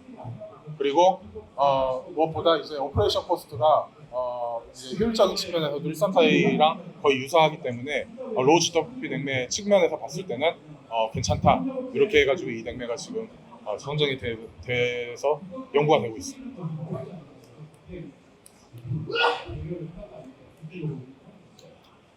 그 지금까지 이제 앞에는 인더스트리얼 쪽이고, 네, 빨리 하라고 하네요. 지금 장표가 굉장히 많은데, 그 뒤에는 이제 레지던스 쪽입니다. 좀 빨리 가겠습니다. 이거는 저희가 조금 한국 시장에 뭐 이게 적합하다라고 하기보다 좀 유럽의 사례들을 제가 좀 가져온 거거든요. 그래서 어떻게 좀 어플리케이션 하시면 좋을지 고민을 해보시면 좋겠습니다. 아시다시피 크게 두 개로 나눠집니다. 하나는 모노블럭 타입, 하나는 스플릿 타입으로. 모노블럭 타입은 290을 많이 쓰고 있고요. 근데 290의 한계는 밖에서 그 히팅 사이클이 진행되기 때문에 효율이나 이런 것들이 굉장히 좀 떨어집니다. 그리고 열을 더 상대적으로 많이 써야 되고, 그래서 290을 쓸 수 있는 게 밖에서 그런 것 사이클이 진행되기 때문에 가연성 등급인 290 냉매를 쓸 수가 있습니다. 그리고 장점은 스플릿 타입 대비해가지고 상대적으로 설치가 용이하고, 그리고 가격이 상대적으로 저렴합니다. 근데 스플릿 타입 같은 경우는 그런 사이클들이 안에서 진행되기 때문에 290을 현재 쓸 수가 없습니다. 그래서 뭐 LG, 뭐 삼성 이런 유럽을 공략하고 있는 업체들도 스플릿 타입에 대해서는 R32번을 쓰고 있습니다. 하지만 R32번은 지속적이지가 않습니다. 그래서 오늘 소개될 냉매는 4555A라는 거고요. 지금 HL 등급이고, 컴포넌트는 YF랑 R32, R744 프로판 가스를 섞은 그런 냉매입니다. EN378이 뭐냐면은, 이게 히트 펌프에 대해서 그 인스톨레이션 가이드라인인데, 유럽의 그 스탠다드 기준이라고 보시면 됩니다. 그래서 1스퀘어미터 기준의 방에서 R455A는 2.54kg까지 차징이 가능하고, LFL 기준으로, 그리고 R32는 1.84kg까지 차징이 가능합니다. 같은 HL 등급이라도 그 플레이밍 리밋이 틀리기 때문에 차징할 수 있는 용량이 틀려집니다.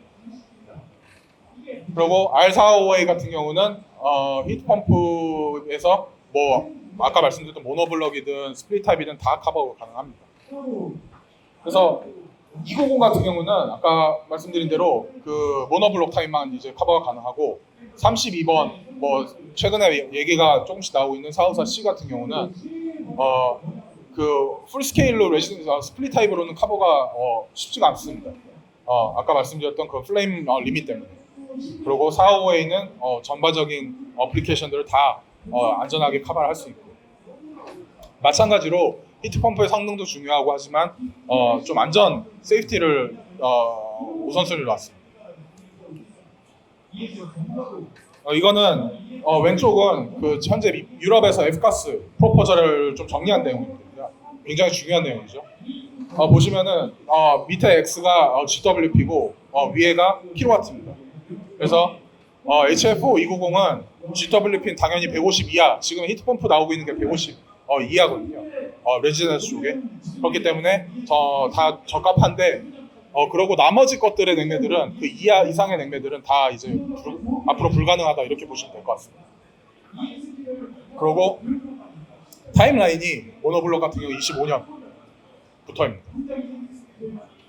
스플릿 타입은 지금 27년도로 얘기가 되고 있는데, 여기 보시면은 마찬가지로 봤을 때 HFO는 12kW 이하, 그리고 HFO 32번은 15kW 이하, 그리고 거기서는 750 이하, GWP 이하, 뭐 이런 식으로 좀 복잡하게 설계가 되어 있습니다.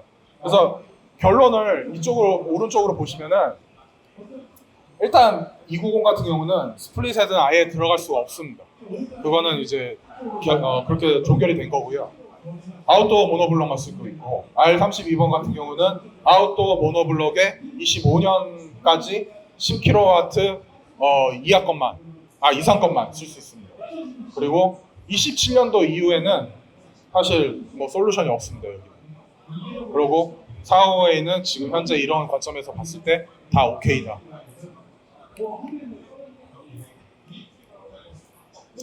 이거는 좀 여담으로 그 프로판은 친환경 가스다. 뭐 이렇게 얘기를 하는데 뭐 사실 GW 판 보면 맞죠. 그리고 자연에서 석유화학 제품이나 보니까 자연에서 온 것도 맞고.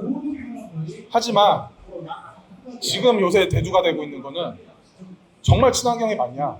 왜냐면은 LPG, 뭐 프로판 이런 하이드로카본 계열의 가스가 방출이 되면은 거기서 스모그가 발생이 됩니다. 그리고 그 스모그가 그 오존층이랑 결합이 되고 썬레이랑 결합이 되면은 그게 굉장히 환경에 영향을 미치는 그런 스모그로 이제 발생이 되는 거고. 그렇기 때문에 지금 정말 이 프로판 가스가 친환경이 맞냐라는 논의가 또 유럽 쪽에서 얘기가 되고 있습니다. 좀 유럽은 좀 재밌는 동네인 것 같습니다. 지금 이런 그 F가스파와 이런 자연냉매파가 지금 굉장히 치열하게 싸우고 있어요. 자연냉매파는 자기네들은 자연냉매다 하면서 그래서 이걸 써야 된다. 하지만 시스템적으로 봤을 때 굉장히 좀 제한이 많습니다. 그리고 또 두 번째는 유럽은 지금 CO2 배출량을 절감하기 위해서 엄청난 노력을 많이 하고 있습니다. 굉장히 공격적인 목표를 세웠고요. 근데 아이러니하게 이런 친환경 소위 말하는 자연냉매를 쓰다 보면은 효율이나 이런 것들에 대해서 떨어지기 때문에 결론적으로 에너지 컨섬션이 훨씬 더 많아진다. 그래서 좀 이런 그 토론들이 계속 활발하게 오가고 있고 아직까지도 정리가 안 되고 있는 상황입니다.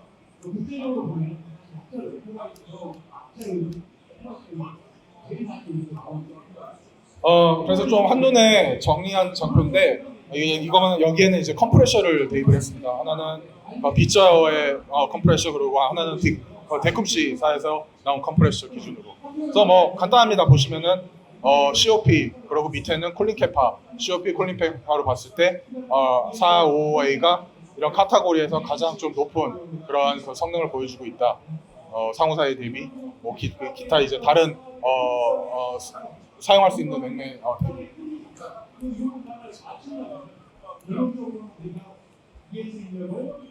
네, 좀 정신없이 좀 빨리 지나간 것 같습니다. 좀 나중에 저희 쪽에 한번 뭐 궁금하신 점 있으면은 연락 주시면은 좀 한번 좀 성실하게 답변을 드리고 상담을 할 수 있도록 하겠습니다. 네, 감사합니다. 제가 말씀드리려고 하는 걸 차례대로 말씀을 한번 드려볼까 합니다. 그러면 지금 앞선 발표에서도 말이 언급이 됐듯이 유럽에서 또 미국에서 히트펌프의 설치가 굉장히 늘어나고 있는데요. 시장에서 이렇게 히트펌프의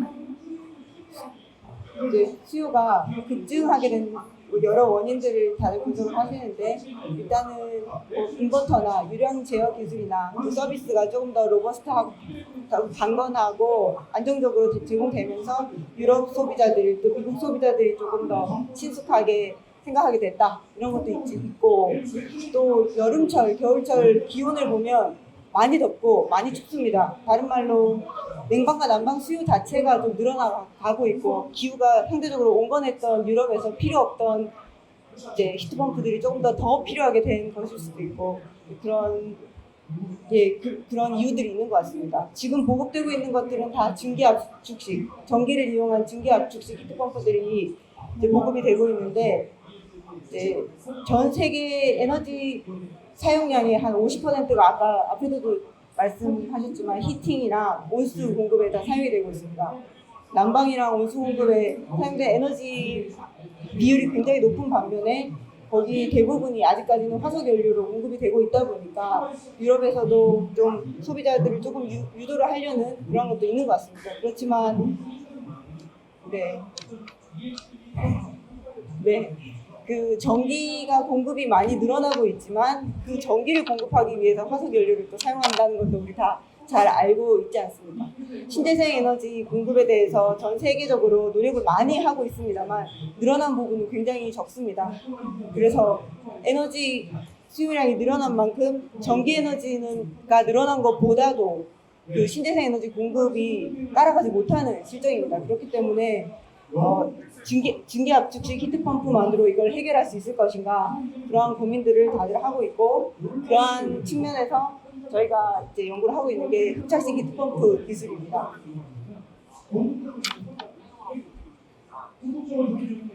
네, 얘기한 부분 넘어가고요. 그래서 전기 에너지 비율이 이렇게 많이 늘어나가고 있고 보시면은 여기 노란색 그래프가 리니어블 에너지입니다. 이 리니어블 에너지가 2020년에 요만큼인데 2030년, 2040년에 갑자기 막 전기 에너지만큼 늘어날 것인가? 정말 전기화만으로 이런 에너지의 화석연료 사용을 대체할 수 있을 것인가 생각을 해봐야 됩니다. 그런 이제 중기 압축식 히트펌프 사이클은 압축하는데 전기 에너지를 사용을 하고 사용된 냉매가 응축이 되면서 발생하는 열을 난방에 이용하고 또 증발을 하면서 소요하는 냉방열을 냉방에 이용하고 이런 사이클을 거치게 되면서 저희 이제 보통 에어컨으로 우리는 친숙한 이런 사이클이 성능 계수가 높으면 4, 5까지도 많이 올렸지만 그게 정말 수십 년간 LG삼성에서 열심히 노력해서 올린 것으로 이게 더 이상 올라가지는 않지 않을까. 그리고 아까 말씀드렸듯이 전기에너지 사용으로 이걸 대체하는 것이 맞는 말인가. 네, 흡착식 히트펌프 사이클은 그보다 조금 더 복잡합니다. 그 흡착제로부터 탈착된 냉매를 이용해서 압력을 상승시킵니다. 그래서 압축을 하지 않고 탈착 과정에서 압력이 올라가도록 하고 올라가는 압력이 또 응축이 되면서 똑같이 난방열로 사용을 할 수가 있고요. 또 요 흡착과 탈착의 교본 과정을 거치려다 보니까 하나의 사이클로 돌아가진 않고 반대의 측면에서 냉매와 흡착하지 않은 흡착제에 대해서 냉매를 끌어당겨가면서 증발을 시키게 되고 증발을 시키게 되면 증발력이 냉열로 이용될 수 있는 것입니다. 흡착하는 과정에서 또 발열이 일어나기 때문에 흡착열도 난방에 이용을 할 수가 있습니다. 이러한 흡착식 히트펌프 사이클을 지금 현재 상용으로 나와 있는 건 이 정도입니다. 칠러에서 조금 먼저 사용을 하고 있고요. 실리카겔 흡착제와 물을 이용해서 압축기를 이용하지 않기 때문에 COP를 전기 기준으로는 10까지 달성을 한다 이렇게 얘기를 합니다. 60에서 90도의 온수를 투입을 해서 실리카겔 재생에 이용을 하고 냉수는 7도에서 35도 냉수 공급을 할 수가 있는데요. 네, 지금 브라이의 제품 같은 경우에는 10에서 35kW 진행을 할 수 있는데 무게가 450kg로 아직까지는 기술이 개발되고 있는 단계라고 좀 더 보시면 되겠습니다. 이 다른 테스트 베드들 7.5kW, 15kW, 70kW 이런 것들이 지금 개발이 돼서 테스트가 되고 있고 칠러로는 그래도 안정적인 성능을 좀 내고 있는 것 같습니다. 조금 더 최근에 개발된 페르나이트사 제품인데요. 제철 공장, 화학 공장 등 산업용으로 개발을 했고 실리카겔을 여기다는 코팅을 해서 코팅 흡착배들을 이용을 합니다. 마찬가지로 압축기가 없기 때문에 소음도 적고 뭐 이런 등등의 장점을 내세우고 있고요. 여기 제품도 마찬가지로 한 370kg으로 무게는 아직까지 있고 조금 더 개발이 필요한 것입니다. 그러면 어떤 측면에서 조금 더 개발이 돼야 되느냐 이런 고민이 있을 수 있는데 그거를 이제 대충 말씀드리는 거니까 넘어가겠습니다만 그 열원의 온도를 낮추는 것이 조금 더 또 중요한 타겟이 되고 있습니다. 왜냐하면 50에서 90도 열원은 80에서 120도 열원과는 완전히 다르거든요. 그 솔라 에너지도 사용할 수 있고 조금 더 낮은 열원들을 이용할 수 있게 됨으로써 화석연료의 사용 자체를 없앨 수도 있는 가능성을 훨씬 더 높이기 때문에 열원을 낮추는데 그래서 이 흡착제가 새로운 흡착제가 개발이 돼서 이 제품의 무게도 줄이고 그리고 적용할 수 있는 온도도 낮추고 효율도 높이고 하기 위해서 흡착제의 기호 부분이 상당히 좀 큰 편입니다. 지금 이용하고 있는 실리카겔 말고는 제롤라이트 그다음에 또 SAPO 같은 경우에는 실리카 알루미늄 포스페이트라는 물질입니다. 또 가장 최근에는 MOF라는 물질이 굉장히 큰 관심을 받고 있는데요. 이렇게 냉매 흡착량을 단위 그램당 흡착량을 훨씬 더 높일 수가 있기 때문입니다. 이렇게 흡착량이 높아지게 되면 전체 시스템의 성능이 더 높아질 수가 있고 그리고 여기 스페시픽 쿨링 에너지 단위 킬로그램당 낼 수 있는 인간 용량 이러한 성능들이 더 높아질 수가 있기 때문에 흡착제의 개발들이 이루어지고 있는데 최근에 개발된 여기 높은 마른 목골의 두 가지 제품들이 아까 말씀드린 SAD랑 또 새로 개발되고 있는 것들은 코팅 타입으로 아까 흡착 베드가 전환이 되면서 단위 킬로그램당 낼 수 있는 스페시픽 에너지가 훨씬 더 높아졌습니다. 그래서 패킹을 시켜서 실리카게를 생각해 보시면 실리카게 열 전도가 별로 좋지 않으니까 패킹을 시켜가지고 거기서부터 에너지를 끌어오는 것에 있어서 속도도 늘고 열 에너지 전달의 속도가 전체 흡착의 속도보다 훨씬 더 느립니다. 그렇기 때문에 코팅 쪽으로 가면서 이렇게 킬로그램당 낼 수 있는 열량을 늘렸고 또 이런 코팅 공정들은 이제 참고로 보시면은 그 바인더를 가지고 있는 솔루션에 담궜다 꺼내는 딥 코팅 또는 스프레이 코팅 이런 등등의 방법으로 적용을 할 수가 있습니다.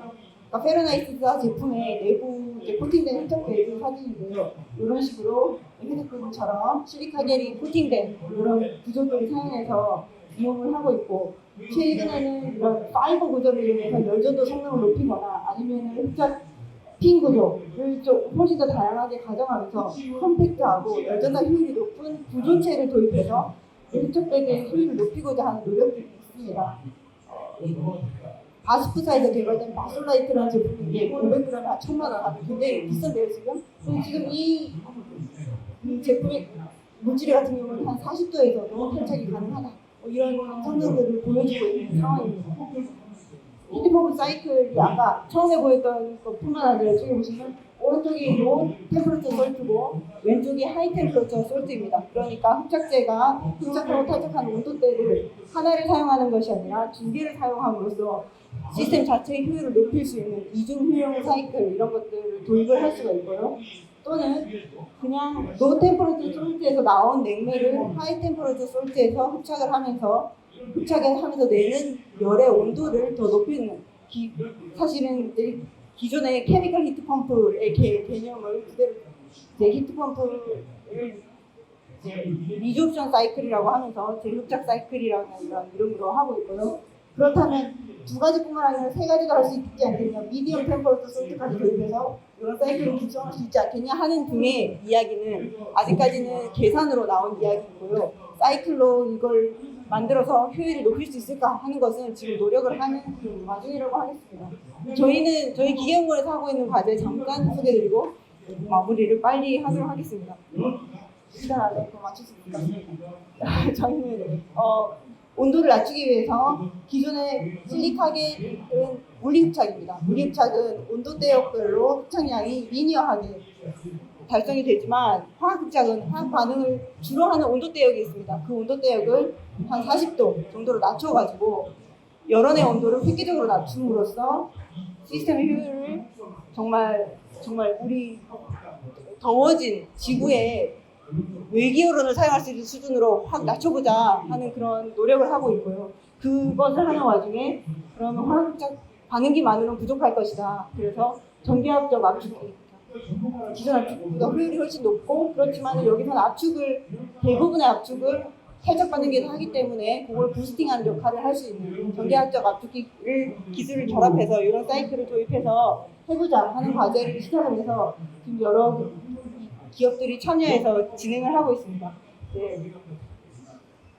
자료에 없군요. 그래서 드리겠습니다. 네. 그래서 이제 그냥 여태까지 했던 것들 중에 주요 내용만 말씀을 드리겠습니다. 80도씨에서 탈착 잘 일어나는 것을 확인을 하는 사이클 구성을 했고요. 온도가 조금 더 높으면 조금 더 효율이 좋기도 하지만 일단 40도에서 안정적으로 탈착하고 흡착할 수 있는 사이클 구현 가능하다. 그래서 지금은 한 500W급 정도를 랩에서 벤치에서 실험을 했고 현재 이번 차에도 1W급, 내년에는 10W급으로 높여가지고 테스트를 할 계획이 있습니다. 그래서 난방 테스트 결과 난방도 가능은 하겠다. 그렇지만 열 효율을 좀 많이 높여야 되겠다. 이런 결론을 얻었고 냉방 테스트로는 냉방 성능이 기대한 만큼 나왔다. 그리고 또 참여기관으로 참여하고 계시는 경상대학교 등등 같이 해서 이렇게 다 고효율 흡착제도 개발을 하고 있는데요. 그래서 이러한 흡착제를 적용해서 흡탈적 반복 사이클이 안정한가 그런 테스트를 해봤을 때 안정하다는 것을 확인을 할 수 있는 이런 결과들을 얻고 있습니다. 전기압적 압축기는 이제 중앙대가 저희 기계연구에서 진행이 되고 있는데 수소를 압축하는 데서도 굉장히 많이 사용을 할 수 있겠다. 그래서 수소 압축기로는 압축을 한 100발까지 시키는 것도 충분히 쉽게 되겠다. 빠른 속도로. 이런 결과들을 얻고 있고, 저희가 이 압축기를 넣어서 사이클을 구성하기 위한 여러 가지 노력들을 하고 있습니다. 여기까지 발표를 마치겠습니다. 감사합니다. 안녕하십니까. 명지대학교 이영신입니다. 저는 제로에너지 주택 단지에서 6년 이상을 지열 히트펌프를 운영을 하면서 제로에너지 주택 단지 전체의 열부하를 지열 히트펌프로 이렇게 공급을 했습니다. 그래서 여름철이나 겨울철이 저한테는 공포의 시즌입니다. 민원이 이게 지열 히트펌프가 제대로 가동이 안 되면 민원이 폭발을 하기 때문에 이제 겨울철에 단 하루도 편히 쉴 새가 없이 수시로 기계실에 내려가서 히트펌프를 점검을 하고요. 방제실에 올라와서 데이터를 평가를 하면서 지열 히트펌프가 제대로 가동이 되는가를 6년 이상을 해왔는데 이제 곧 공포의 여름이 다가오고 있습니다. 6년 이상을 지열 히트펌프로 제로에너지 주택에 열부하 전체를 공급하고 난 결론은 어떻게 이야기를 할 수가 있느냐면 지열 히트펌프로 단지 규모에서 열 에너지 전체를 공급을 해도 문제는 없다라는 결론을 내렸고요.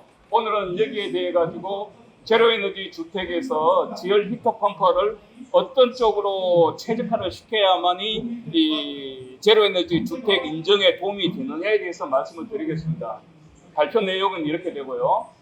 여기에 보시면 지열 히터펌프가 대세인데 이미 유럽에서는 지열 히터펌프 또는 공기열도 마찬가지입니다. 히터펌프로 결론이 내렸습니다. 제일 왼쪽 위에 보면 히터 로드맵 유럽이라 그래가지고요. 리파워 EU가 나오기 이전에 이제 2050년에 탈탄소에서 지역 난방이 어떤 식으로 대응을 하게 되느냐에 대해서 이야기했습니다. 뭐 지역 난방이 좋아서 이야기를 하는 것이 아니고요. 열 에너지에서 탈탄소를 할 수 있는 방법이 가장 유력한 방법이 지역 난방이고요. 여기서 주의를 해서 보셔야 될 부분이 지역 난방에서 열을 만드는 수단이 뭔가를 봐야 됩니다. 제일 오른쪽 위에 붉은색이 CHP입니다. CHP는 열병합 발전인데 현재는 천연가스로 열병합 발전을 하고 있지만은 아시다시피 전쟁 때문에 이게 제대로 공급이 안 되고요. 그럼 유럽에서 히터 로드맵에서 왜 열병합을 그대로 유지를 하냐면 수소를 투입을 해서 수소 혼소로 과도기를 한 다음에 2050년 정도 가면 수소로 전체를 이제 CHP를 가동을 한다고 이렇게 예상을 하고 있고 제일 아래쪽에 초록색이 히터펌프가 열을 만들어서 지역 난방에 공급하는 이런 수단을 이야기하고 있고요. 얼마 전에 나와 있는 5세대 지역 난방입니다. 5세대 지역 난방은 건물 하나에 히터펌프 2개 이상을 투입을 해서 냉난방 밸런스를 맞춥니다. 냉난방 밸런스를 맞춰서 남거나 모자랐을 때는 옆 건물에다가 배관망을 이용해서 열을 보내고 받고 해가지고 전체를 이제 열 밸런스를 맞추고요. 이것은 이제 계절별로 상당히 그러니까 유동이 심하니까 안정적인 열 공급을 하기 위해서 냉수 열원, 온수 열원을 가지고 네트워크로 넣는데 한 대략 건물이 수십 개 건물에서 수백 개 건물을 엮어가지고 분산 열원으로서 이렇게 하는데 벌써 스웨덴 같은 데는 몇 년 운영을 하고 있고요. 독일 같은 경우도 제가 알기로는 50개 이상이 지금 시범을 하고 있는데 운영을 하고 있는데 한국도 아마도 내년에 제가 이거를 시도를 할까 하는데 그때 되면 이제 히트펌프 업체에서 저를 도와주시면 좋은 결과가 날 것 같습니다. 완전히 히터펌프로만 5세대 지역 난방이 가동이 되는 걸 말씀을 드리고 있고요. 그 다음에 히터펌프가 활성화되는 데 있어서 한국에서는 신재생 에너지의 인정 여부입니다. 한국은 신재생법의 시행령에 보면 여름별로 신재생을 규정을 하고 있는데 유럽은 약간 다릅니다. 유럽은 디렉티브 지침하고 디시전 결정에서 이 히터펌프의 성능에 의해서 신재생으로 결정을 하는 거지 여론 가지고 결정을 하는 것이 아니다. 이게 보시면 아까 앞선 발표하신 분이 이야기했다시피 SPF가 우리나라로 치면 SCOP하고 비슷한 개념인데요. 이 공식이 어렵게 느껴질지 모르겠지만 알고 보면 쉽습니다. 분모의 0.455는 유럽의 전력 생산의 평균 효율입니다. 45.5%라는 뜻이고요. 한국은 지금 0.4로 지금 그 산자부 쪽에서 이야기를 하고 있죠. 분자에 들어가는 1.15는 전력의 손실률입니다. 15% 손실을 보고 있는데 한국은 10% 손실을 보고 있기 때문에 계산을 해보면 유럽에서는 2.53 이상이 되면 신재생으로 히트펌프를 인정을 해주고요. 한국은 지금 현재 2.75가 되고 있으니까 한국도 아마도 재조정을 해야 되지 않겠느냐 생각이 들고요. 이 히트펌프는 주택에 공급하는 보일러를 보시면 가스 보일러는 뭐 에너지공단의 규정의 87% 이상을 그 컨덴싱 보일러로 보고 있는데 실제로 업계 주장에 의하면 98%까지 나온다고 이야기를 하고 있고요.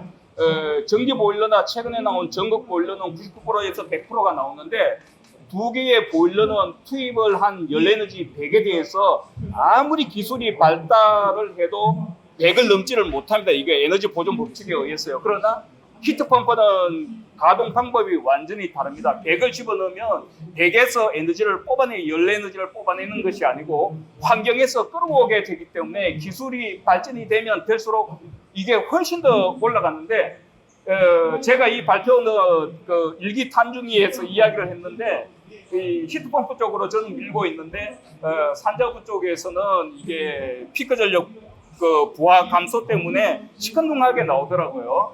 여기에 보면 냉방을 이론적으로 계산을 해봤을 때 COP가 실내 온도가 26도, 실외 온도가 35도일 때 COP가 34까지 나옵니다. 이론적으로요. 근데 현재 그 시스템 에어컨 같은 경우를 보면 IER이 6 정도가 나오지 않습니까? 잘 나온 데는 8.5까지 나오니까 얼마든지 히트펌프가 이 기술 투입을 한다고 그러면 발전할 가능성이 무궁무진하기 때문에 정부에서도 히트펌프를 전략 품목으로 보고 적극적으로 지원을 해야 되지 이 전력 피크부하 저감이라는 이런데 옛날 그 개념에 잡혀 있으면 발전이 뭐 좀 더딜 걸로 보고 있습니다. 현재 이제 히트펌프가 시대가 왔는데 그 온 계기가 바로 제로에너지 건축물의 의무화입니다. 일기 때 이제 2025년부터 하자는 것을 2023년으로 앞당겼는데요. 공공건축물하고 공공공동주택은 올해부터 1월 1일부터 시작입니다. 그리고 내년부터 이제 민간 공동주택도 할지 안 할지는 국토부가 지금 고민 중에 있는 걸로 알고 있습니다. 그러면 우리가 제로에너지 건축물이 RE100이나 CF100하고 다른 점은 건물 자체에서 신재생 에너지를 생산을 해야 됩니다. 이것이 RE100하고 기본적으로 다른 점인데 이렇게 생산을 하고 나서 제로에너지 건축물 인증이 있는데 외국에서는 제로에너지 건축물 의무화만 있고요. 한국에서는 제로에너지 건축물 의무화가 아니고 인정 의무화입니다. 무조건 인정을 받아야 되는데 인정을 결정하는 툴이 무엇이냐면 프로그램이 에너지공단에서 운영을 주관을 하고 있는 에코2를 가지고 평가를 하도록 되어 있습니다. 그래서 에코2는 1차 에너지 소요량 가지고 계산을 하기 때문에 히트펌프 쪽에는 절대적으로 불리한 판정 기준입니다. 그래서 유럽에서도 물론 제로에너지를 1차 에너지로 보고 있지만은 독일 같은 데는 벌써 이 사람들은 합리적으로 계산할 줄 아니까 1차 에너지뿐만 아니라 최종 에너지 1대1로 계산하는 쪽으로 독일이 움직였기 때문에 히트펌프 업체에서도 최종 에너지로 제로에너지를 판정하는 것이 아니고 1차 에너지로 판정을 하지 말고 제로에너지로 최종 에너지로 판정을 하자 이렇게 주장을 하셔야 될 것 같고요. 신재생 에너지는 이 에너지 효율 등급 1+에서 5등급 이상의 자립률이 나와야 됩니다. 그래서 이 자립률을 현재 제가 이제 에코2를 가지고 이렇게 돌리고 있는데 신재생 에너지 입력란에 보면 태양열 연료전지가 있고요. 풍력하고 태양광이 있습니다. 그래서 풍력, 태양광은 실제로 건물에 설치하기가 어려우니까 대지 외에서도 일정 부분을 신재생으로 인정을 해주고 있습니다. 그리고 히트펌프가 들어가는 쪽이 지열과 수열이 현재 입력이 되도록 되어 있고요. 이 계산 알고리즘의 자립률이 현재는 20% 이상 무조건 나와야 되는데, 이 계산을 하는 것을 히트펌프를 보면 분자의 열 생산량 곱하기 가중 1을 하고요. 그 다음에 생산에 필요한 전력을 빼도록 되어 있습니다.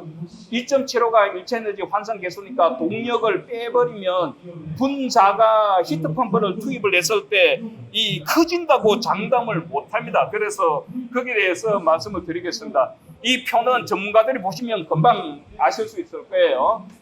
현재 히트펌프 인정이 40도, 부하 쪽 40도를 가지고 기준을 잡고 있으니까 KS가 그렇게 되어 있습니다. 성능이 380kW면 COP가 3.8이죠. 그런데 현재 에코2에 입력을 하는 것은 어떻게 되어 있느냐 하면 1차적 동력만 넣도록 되어 있습니다. 1차적 동력은 지열원 쪽의 동력이니까 대략 히트펌프 전력의 20%, 15%에 20% 정도가 들어갔는데 2차적 동력은 넣지 않는 걸로 되어 있습니다. 현재 기준이요. 인증서가 3.8이 찍혀 나오더라도 이 설비 업체에서는 지열 히트펌프 업체에다가 60도 운영할 때 COP를 요구를 합니다. 그렇게 되면 COP가 대략 한 0.4에서 0.7 정도가 떨어지고요. 60도로 가면 심하면 1까지도 떨어집니다. 그래서 실제로 계산을 하는 것을 현행 자립률 계산을 이런 방식이 있는데, 만약에 고지고대로 다 집어넣는다고 하면 자립률이 마이너스가 나옵니다. 그래서 지열 업체하고 설계사무소하고 이렇게 자립률을 계산을 하다 보면 지열 히트펌프 설계를 잘못해버리면 자립률이 낮아지는 일이 벌어지기 때문에 최적화를 시켜야 된다는 말씀을 드리고 싶어요. 자세한 내용은 공개 자리에서 제가 말씀을 못 드리겠습니다. 왜냐하면 편법을 이렇게 이야기하는 것 같아가지고요. 현재 이지센터에서는요, 태양광을 407kW를 운영을 하고 있고요. 지열은 130R를 운영을 하고 있는데, 이제 현재 지열 설계 기준이 외부 온도가 영하 11.3도 기준으로 하고 있지 않습니까? 근데 서울 지역을 보면 영하 15도 정도가 되는 날이 1월 말에서 2월 초에 대략 한 4일 정도가 유지가 되니까 지열 히트펌프 가지고는 민원이 들어올 수가 있기 때문에 보조 열원으로 가스보일러 250kW짜리를 백업으로 했습니다. 그런데 이 백업은 에코2의 신재생 계산할 때 백업은 들어가지 않습니다. 입력이 안 되기 때문에 지열 히트펌프를 설계를 할 때 백업 쪽으로 이렇게, 그건 편법이니까 알아서 하시고요. 태양광 모듈은 서울에서 이제 설치하기가 좀 어렵기 때문에 저희들은 벽면을 최대로 활용을 했고요.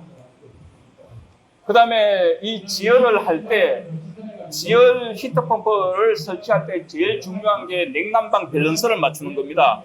냉방하고 난방 밸런스는 맞출 수가 있는데, 이 급탕 온수는 12개월을 계속 써야 되기 때문에 저희들 같은 경우에는 가운데를 냉방 온수용으로 쓰고 가장자리 쪽을 급탕으로 해서 외부에서 열이 이렇게 들어오도록 이렇게 맞췄는데, 현재 지금 착공을 한 데가 세종 6-3의 LH 건물이 있죠. 그래서 제가 그쪽에 이제 시스템 설계를 자문을 하면서 쭉 평가서를 이렇게 쭉 봤는데, 현행 설계 기준으로는 뭐 문제는 없는 것 같고요.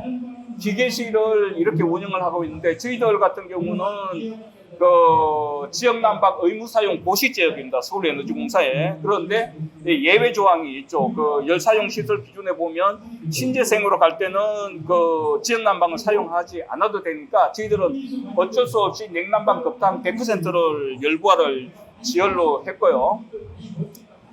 이제 태양광 발전량을 한 6년치를 제가 미리 계산을 해봤는데, 실제로 예상량하고 실제 발전량하고 비교를 해보면 오차가 5% 정도가 실제 발전량이 조금 더 많았고요.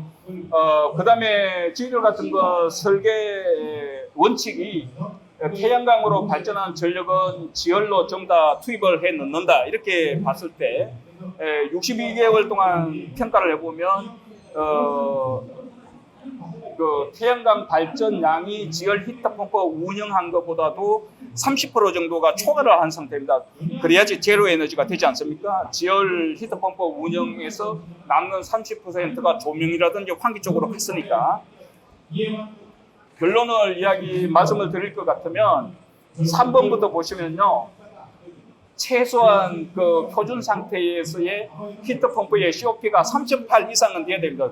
요즘 보통 3.88 정도 되지 않습니까? 잘 나온 데는 4.1 정도가 되고 이 정도가 돼야지 지열 히트펌프가 3.4 이하가 되면요. 자립률에 오히려 제로에너지 주택에서 손해를 보는 일이 있고요. 그 다음에 냉난방 밸런스를 맞춰야지 30년을 저희들 같은 경우는 냉난방 밸런스를 맞춘다고 맞췄는데 실제로 시뮬레이션으로 돌려보니까 30년 운영에 지중온도가 3도 떨어지는 걸로 나와서 오케이 넘어가자 이렇게 됐고요. 그 다음에 5번을 보면 순환펌프가 이게 결정적으로 영향을 주는 건데 순환펌프의 요량하고 양정을 천공수에 맞춰가지고 정확하게 최적화를 시키지 않으면 자립률이 내려가기 때문에 이건 설비 업체에서 잘 선택을 하셔야 될 것 같습니다. 안전율은 현재 10%로 보고 있는데 10% 유지를 할지 5%로 낮춰야 될지 이건 알아서 하시고요. 그 다음에 지중 열교환기 설계를 과하지 않게 해야 된다. 이건 무엇이냐면 부하 계산을 지금 현재 그 설비업체가 사렉 RTS로 하지 않습니까? 이렇게 해서 천공수를 그냥 왕창 늘려버리면 거기에 따라서 히트펌프하고 순환펌프들 용량이 올라가면 자립률이 내려가기 때문에 지중 열교환기 설계는 정확하게 하셔야 됩니다. 그리고 지중 열교환기의 효율을 넘었을 때는 그 부하를 백업으로 보완을 해야지 자립률이 지열 히트펌프가 올라가지. 그렇지 않으면 오히려 내려가니까 적용을 하는 그 단지가 없을 거예요. 그래서 7번이 제일 중요한데 제로엔진 설계 단계부터 설계사무소, 설비업체, 지열 히터펌프 장비업체, 그 다음에 인정원이 있습니다. 인정원하고 협의를 해가지고 최적 설계를 해서 자립률을 올리는 쪽으로 가야지 지열 히터펌프가 제로에너지 건축물에 들어올 수가 있지. 이것을 그냥 그 설비업체하고 히트펌프 장비업체하고 따로 놀아버리게 되면요 절대로 설계사무소에서 지열 선택을 하지 않습니다. 그래서 주의를 하셔야 되고요. 그 다음에 결론으로서는 히트펌프의 전력 사용량을 최소화, 열 생산량을 최대로 하는 건데 순환펌프의 설계를 최적화를 시키라, 이런 결론을 내리고 싶습니다. 예, 지금까지 발표를 마치겠습니다.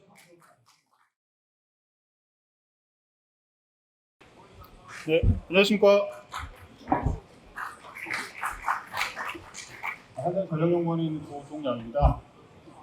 저희가 이제 배경 설명을 앞에서 많이 들으셨는데요. 저희가 이제 한전의 입장에서 저희 가장 처음 발표해주신 수요 관련 입장도 그렇고 그런 입장에서 저희가 이제 실증 표준화를 진행을 하려고 하고 있습니다. 그런 과제에 대해서 간단하게 말씀을 드리도록 하겠습니다. 현재 저희가 연구 과제를 막 시작한 단계고요. 지난달부터 과제를 시작을 해서 한 3년 정도 계획을 하면서 예전에 저희가 이제 출혈식 그 심해전기 대체용 히트펌프 보일러 보급 사업 했듯이 관련된 표준을 잡고 그 표준을 회사 표준으로 해가지고 보급 사업을 진행하기까지 목표를 하고 있습니다.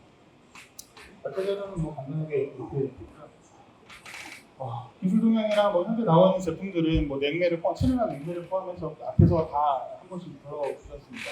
유럽 쪽에서도 이제 많이 사용을 하고 있고 이제 국내에서도 많이 사용을 하지만 현재 이제 공기열이 펌프, 저희 공기열이 펌프를 사용을 하고 있는데 공기열이 펌프가 아쉽게도 우리나라에서 신재생이 들어가 있지는 않습니다. 신재생 에너지까지 들어간다면 조금 전에 말씀해주신 JB15에서도 사용할 수 있게끔 충분한 가능성이 있지만 어찌됐건 아직까지는 꽤 오랜 시간 계류가 되고 있는 상태입니다. 그래서 세계적으로 힙펌프를 사용을 하고 있고 국내에서도 힙펌프를 많이 활용을 하고 그 다음에 저희가 공동주택에서도 이걸 사용하려고 계획을 하고 있고요. 저희 같은 경우는 지금 회사에서 이제 계속 오른쪽에 보시는 것처럼 신재생 에너지가 계속 많이 발생을 하면서 시간적으로 계속 출력 기한이 늘어나고 있습니다. 횟수 늘어나고 출력량도 늘어나고 있습니다. 그리고 이 늘어나고 있는 자원들이 현재는 커테일이라 그래가지고 지금 자원을 사용을 하지 못하고 있는데 제주도뿐만 아니라 앞으로는 전남부터 시작을 해서 중부지방까지 계속 이런 신재생 잉여량이 생길 걸로 생각을 하고 있습니다. 그런 신재생 잉여량이 생겼을 때 결국은 저희가 가정에서는 냉방과 난방을 사용을 하니 그 희년양을 한번 흡수를 했다가 냉난방을 사용할 시간에 그 사용에 저장했던 열을 먼저 사용을 하고 추후에 전력을 공급하면서 그 냉난방을 지속하는 이런 방법으로 하려고 하고 있고, 그렇게 하기 위해서 이제 저희가 이번에 수요 관리형 펌프 표준화 관련 과제를 진행을 하고 있습니다. 저희가 이렇게 과제를 진행을 하게 되면 마지막에는 결국 힙펌프를 활용을 해서 지금 가정에서까지도 그 지구 온난화, 탄소 중립에 대응하는 역할을 할 수 있을 것으로 기대를 하고 있습니다. 요건 이제 전체적인 연구 배우고요. 크게는 지금 그 힙펌프 성능 기술 표준화를 통해서 이제 전 국민이 탄소 중립에 참여할 수 있게끔 제도를 만드는 데 기본적으로 목표를 하고 있고, 또 제도를 만들기 위해서 올해는 그 힙펌프 시작품 제작을 하고 기본적인 제도에 대한 이제 방향을 정립하려고 하고 있습니다. 그리고 내년에는 힙펌프를 이제 필드 테스트를 하려고 하고 있고요. 필드 테스트를 하면서 지금 힙펌프가 사용을 하기 위해서는 현재 이제 가정에 공급되고 있는 3kW의 전력 공급량보다는 좀 추가적인 전력 공급이 필요하게 됩니다. 그래서 별도의 전력 공급 제도를 같이 검토를 하면서 내년도에는 좀 초안을 내보려고 하고 있습니다. 이 초안을 낼 때 힙펌프 실증 데이터 결과를 바탕으로 저희가 한 공청회를 좀 진행을 할 예정이고요. 그런 공청회를 통해서 이제 기술 비전하고 운영 기준, 그다음에 사고관리 기준까지 표준화를 시켜서 마지막에는 시범공급하고 제도 시행을 하는 것까지도 계획을 하고 있습니다. 간단하게 이제 저희가 이렇게 했는데 이런 형식으로 이제 드리겠습니다. 저희가 이제 한전이 전력을 추가로 사용을 해야만 할 때도 있고 사용하고 있는 전력을 줄여야만 할 때도 있습니다. 뒤쪽에서 한 번 더 설명을 드리겠지만 현재는 전력 시장이 단방향으로 공급이 되고 있는데 향후는 KPX에서도 양방향 전력 수도를 고민을 하고 있기 때문에 거기까지 고려한 과제를 진행을 하려고 하고 있습니다. 전체적인 연구 흐름도고요. 요거는 간단하게 참고로 한번 읽어보시면 될 것 같습니다. 그리고 저희도 지금 현재로서는 타겟을 하고 있는 곳이 그 공동주택입니다. 신규 공동주택. 왜냐면 예전에 있던 공동주택이나 혹은 가정용 같은 경우는 워낙 단열 기준이나 이런 것들이 좀 일반화를 시키기 어려워서 현재 패시브 빌딩 기준으로 하고 있는 이런 신규 공동주택이 들어가는 거에 한해가지고 저희가 일단 1차적으로 사업을 시작을 하려고 하고 있고요. 그거에 관련된 이제 기준을 제정할 겁니다. 하지만 그때도 이제 여러 가지 제약 조건들이 있어서 현재는 저희도 PCM을 사용을 해서 한 40% 정도 동일부피 대비 연령량을 한 40% 정도 이상 충격용품 좀 향상을 시키려고 하고 있습니다. 이거는 전체적인 이제 충격조 시스템과 공급제도한 신설이고요. 이거는 앞에 말씀드린 내용이랑 대동소이합니다. 요 오른쪽 왼쪽 아래 이제 일체형 힙펌프 시스템 대략표라고 보여드리고 있는 게 현재는 이제 가정에서 사용하고 있는 이제 에어컨, 그리고 이제 가스로 쓰고 있는 난방기, 그리고 별도로 이제 온수 공급 시스템이 되어 있는데 새로 저희가 이제 표준화를 잡으려고 하는 것들은 냉방하고 난방, 급탱까지 모두 일체형이 되고 있는 힙펌프를 지금 생각을 하고 있고요. 지금 상관한 물질 같은 경우도 냉방과 난방을 지금 동시에 사용을 해야만 하기 때문에 지금 어떤 특정 타겟을 잡아야만 하는가를 고민하고 있는 상태입니다. 그런 기준들을 가지고 있는 전체적인 전력 제도를 포함해서 이제 표준을 제정하고 시행하려고 하고 있습니다. 그렇죠? 뒤에서 한 번 더 자세히 말씀드리겠습니다. 현재는 이제 과제를 막 시작한 단계여서 저희가 이제 전기연료 주택이라고 약 한 10여 년쯤 전에 저희가 자체적으로 집어넣은 이제 단독주택이 있습니다. 주택 내에서 이제 R3위 냉매를 가지고 현재 테스트를 하고 있는 상태이고요. 그 테스트를 하면서 저희가 전력을 어느 정도를 추가적으로 더 공급을 해야 되는가까지도 지금 검토를 해보려고 하고 있습니다. 현재는 저희가 이제 과제를 진행을 하면서 이 현장 에어컨 시험 같은 경우는 케이블랑 지금 공급 연구를 진행을 하고 있습니다. 지금 현재 여기 3위하고 2, 3, 4 YF를 쓰고 있는데 저희가 이제 저희 회사 입장에서는 냉매를 무엇을 써야 된다라는 것까지 제약을 두기에는 좀 무리가 있지 않을까 싶긴 합니다. 그래도 가능한 지금 이제 GWP가 적은 냉매를 쓸 수 있게끔 유도할 수 있는 방안을 좀 고민하려고 하고 있습니다. 요거는 이제 아까 말씀드린 전체적인 전력 시장 자체가 좀 바뀌게 됩니다. 전력 환경이 어떻게 되냐면 신규 전력 공급 제도를 저희가 새로 만들어야 되는데 현재는 발전소에서 전력량을 얼마만큼 생산하겠는가라는 것만 공급량 이착을 하고 있습니다. 근데 향후 한 25년 정도 되면 발전사뿐만 아니라 저희 회사도 얼마만큼 사용을 해야 되는가를 입찰을 해야 됩니다.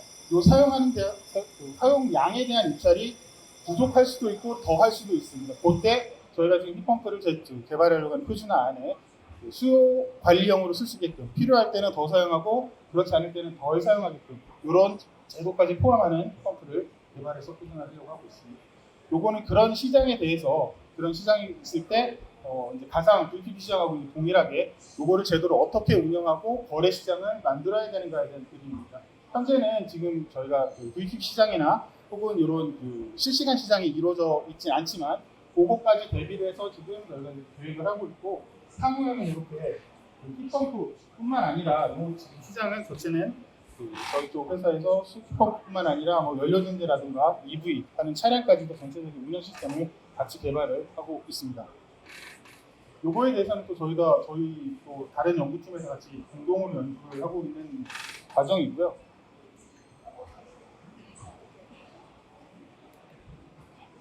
그리고 저희가 이제 간단하게 말씀을 드렸는데 결국은 저희가 이제 이렇게 에너지 효율화 사업을 마지막까지 진행을 하고자 하는 게 목표입니다.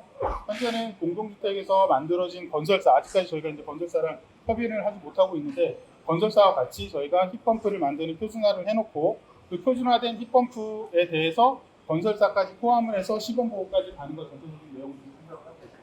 그리고 힙펌프 사용을 할 때도 가능하면 고객분들이 각각에 사용하시는 것보다는 중간에 이제 그 주택 운영 사업자라든지 혹은 그 신재생 에너지 사업자 혹은 뭐 고를 기기 사업자들이 중간에 들어오셔가지고 양방향의 그 탄소 배출권을 확보를 하면서 이제 사업을 운영할 수 있게끔 전체적인 그림을 그리려고 하고 있고요. 그렇게 하기 위해서 이제 저희가 말씀드린 그 회사 내 표준화를 진행을 하고 시범 사업을 진행하는 것까지 진행을 하고 있습니다. 그래서 오늘도 간단하게만 말씀드리고 이제 질문을 요청드렸던 게 혹시 제가 생각 못했던 거나 혹은 다른 걸 고민해야 될 부분이 있으면 좀 말씀을 해주시면 제가 연락처는 여기 안 적어놨는데 아마 저기 연락을 주시면 제 쪽 연락처 드릴 테니까 저한테 연락 주시면 제가 대응 드리고 또 이렇게 같이 고민하도록 하겠습니다.